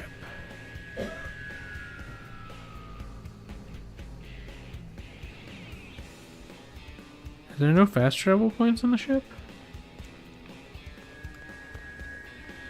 Oh, wait. There definitely is. I was just zoomed out. Yeah, okay.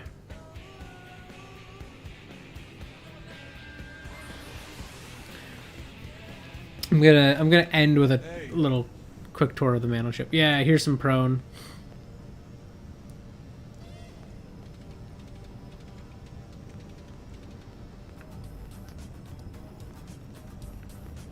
Oh, look, see? Here's more of those little buggy guys. Oh, yes, and then there's the Zarubogan.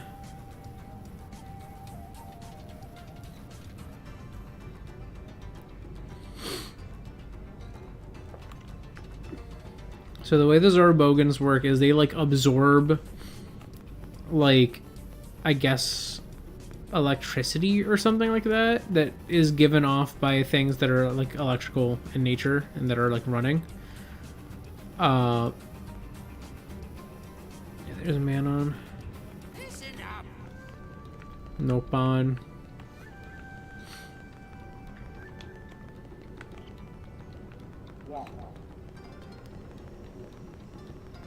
Hey. Yeah, like, look at how how tiny the female prone are compared to the male prone, but also how they both are so weird looking in different ways.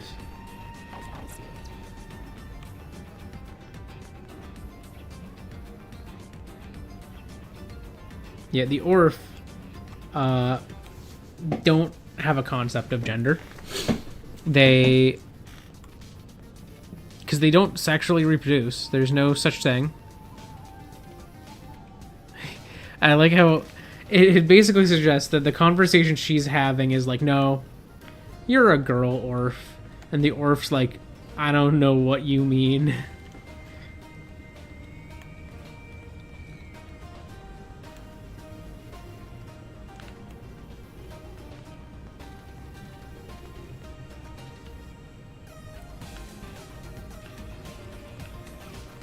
I just love all of the different, like, aliens they came up with here.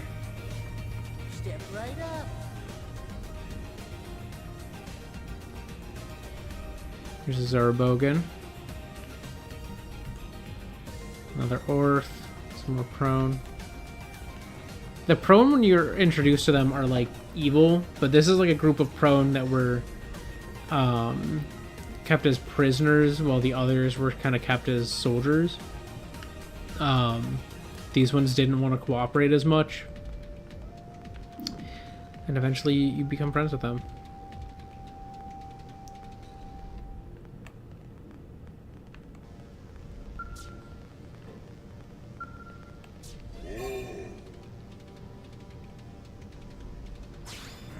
What?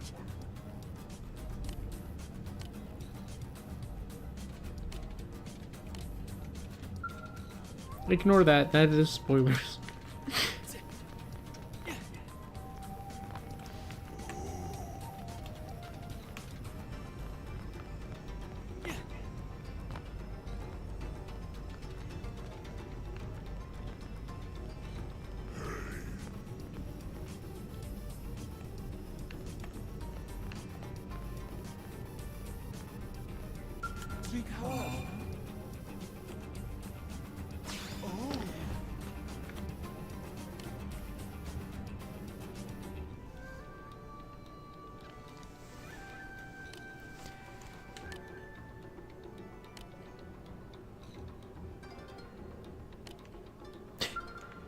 I love the pro. They're so cool.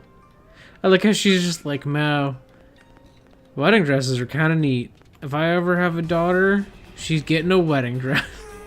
It's just like, I don't know. There's something kind of fun about the fact that they're all like,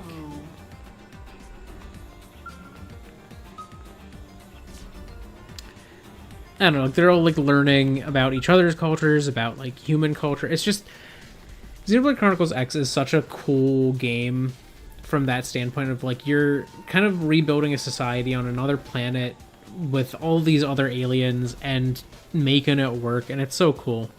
Also, this is like Nansaleg and Nensaleg. They are twins. I think they came from like Tensaleg or something like that, who split to form them.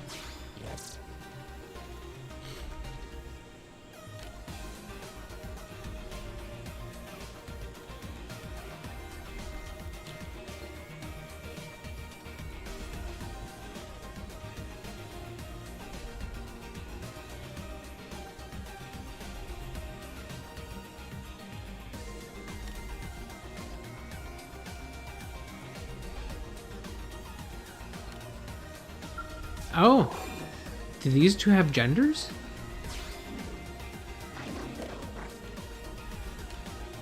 I didn't realize that. Maybe that's the new type. The new type are ones that have genders. They've absorbed humans gendering, and now she girl and he guy.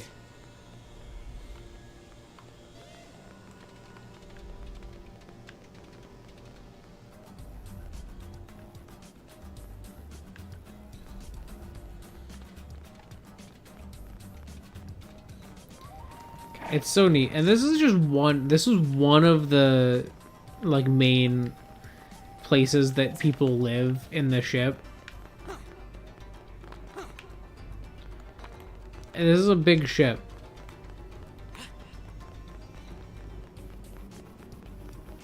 Hey.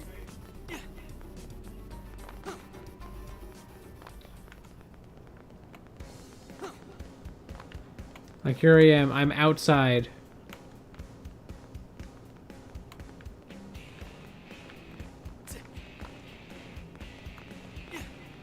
And the outside is the middle area.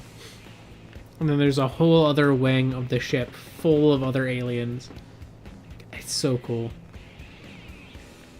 I don't know, I can't understate, or I guess I can't overstate how impressive this game is as just like a Wii U title. And just in general as a game, it's just such a cool and impressive thing that this game even exists.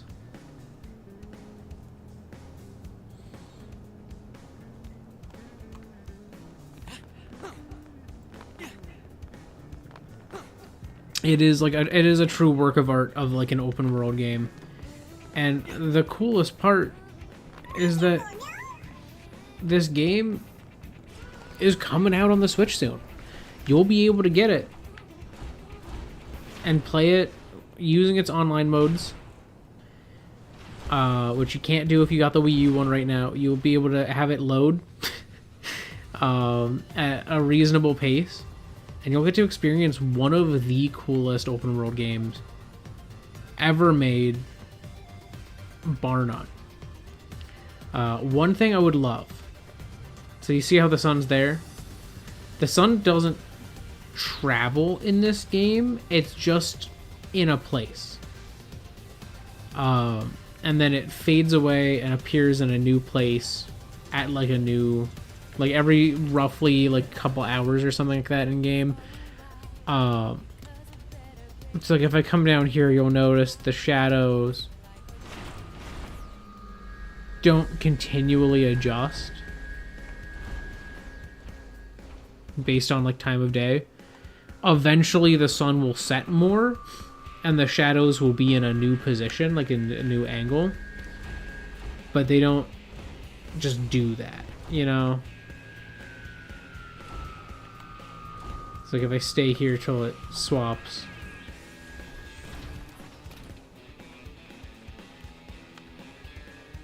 Really?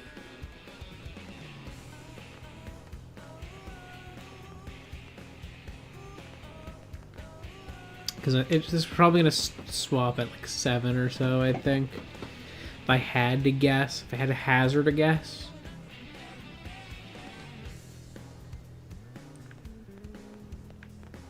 Oh yeah, you can see. Right as it approached 7. Now it's nighttime. The sun just disappeared.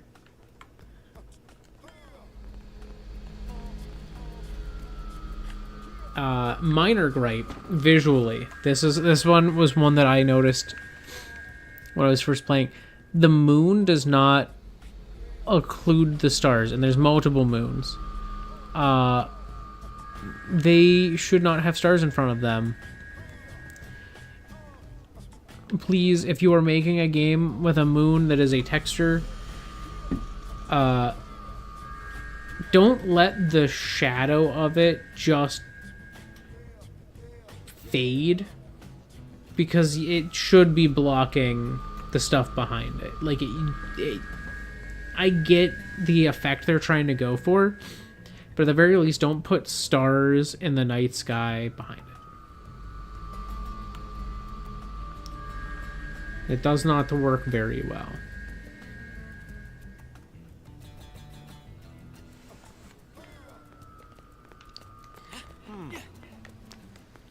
But anyways, this game is awesome.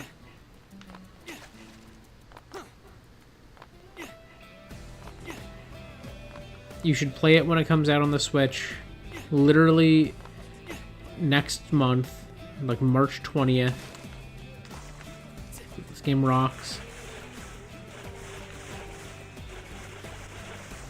It's so...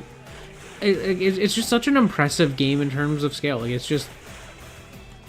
And there's so much to do. You literally can just run in random directions and constantly find things to do. Or things to see that you haven't seen. So it's like, don't sleep on this. When it comes out on the Switch, pick it up. Play it. Even if you don't beat it, trust me, you'll enjoy it. You'll have a good time. It's an awesome game. Oh, is that the guy?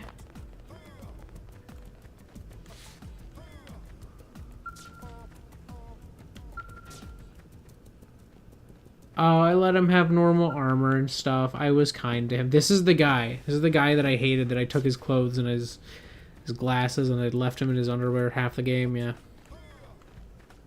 He's still kicking.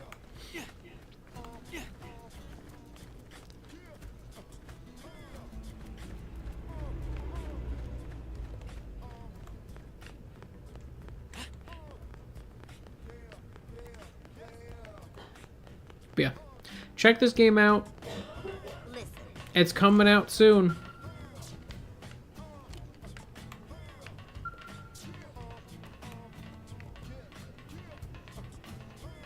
You have nothing to lose.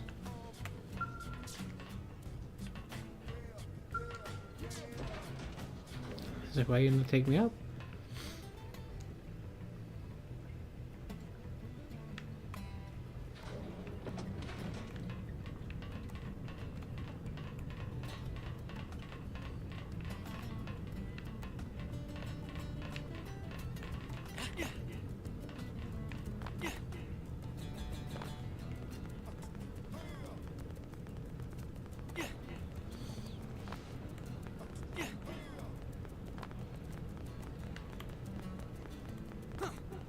Also, that's if you want to get to the man on ship without having to fly to it, you use this teleporter here.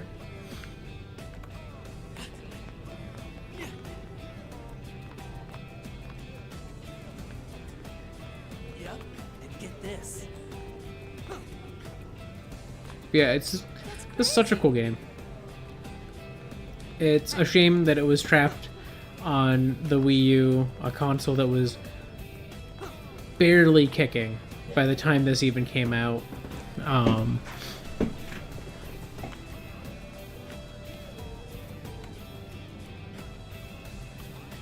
It's so cool. Please buy it on the Switch. I'm buying it on the Switch. And if the Switch 2 has, its backwards compatibility, if it has any improvements, this game might run in 4K on it. Who knows? That'd be cool. I don't have a 4K TV, so it doesn't matter to me. But it would be cool.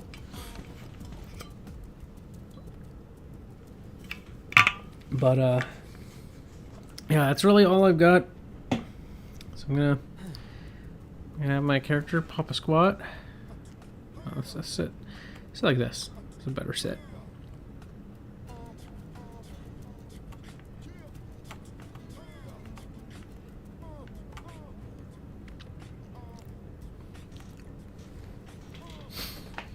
But this is Xenoblade Chronicles X. I probably did a horrible job selling you on. I like how people are walking into me. I'm sitting. I'm just sitting here. You're walking into me now. This is like my favorite game from the Wii U as far as like Wii U originals go. Other than maybe Mario Kart 8.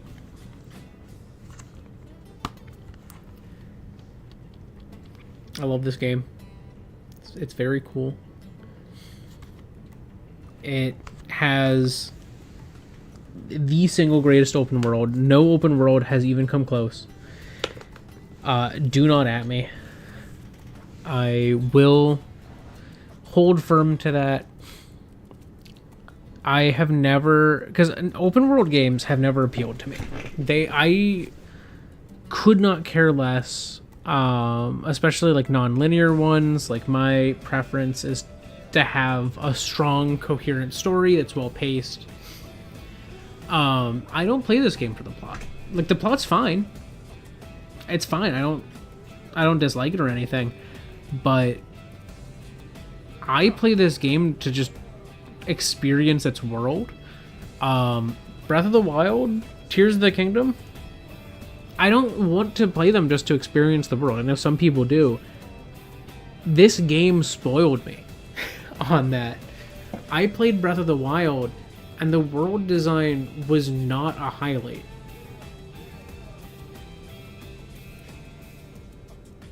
Which is saying something when the game is the world design. Like, so much of it is so reliant on its unique and impressive world design.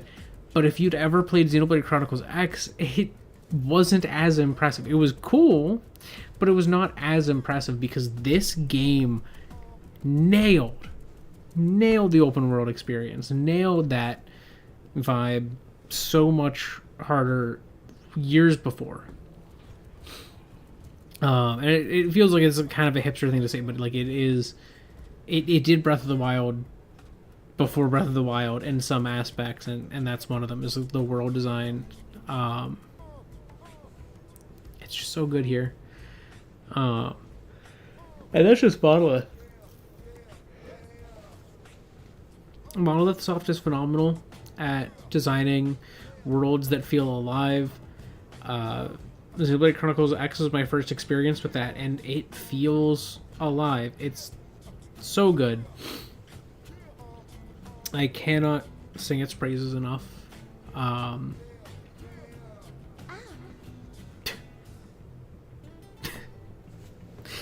are you walking into me? Yeah, I don't know. Not much more to say. I love this game. It's a game I love. You know, I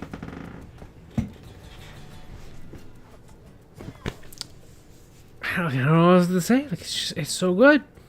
It's so good. Check it out on the Switch in a month. Ish. A little more than a month. Over a month. But check it out. It's awesome. Trust me. You don't have to know what you're doing in it either. I barely knew what I was doing when I played the game.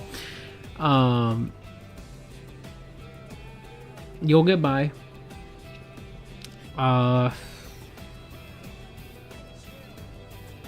Yeah, I don't know.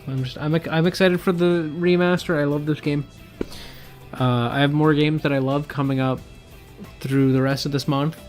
I have a whole list with more than enough games. I had a list as if I was going to be able to stream this every Saturday and every Wednesday of February. I obviously cannot do that. No matter what, though, this was going to be the first game that I shared. Because it's so cool, and I love it so much. And it's awesome. and I think anyone else who plays it will also think it's awesome. I'm not even into mechs. That's the other thing. I don't care about Gundam at all. Macross, like, it doesn't appeal to me. This game's just awesome and has them. Like, they're not a plus to me. That's the thing. There's so many things about this game that I am neutral towards or that I dislike. But this game, having such an awesome world, completely overshadows all of those issues. And I love it nonetheless. It's really good. Here, I should say.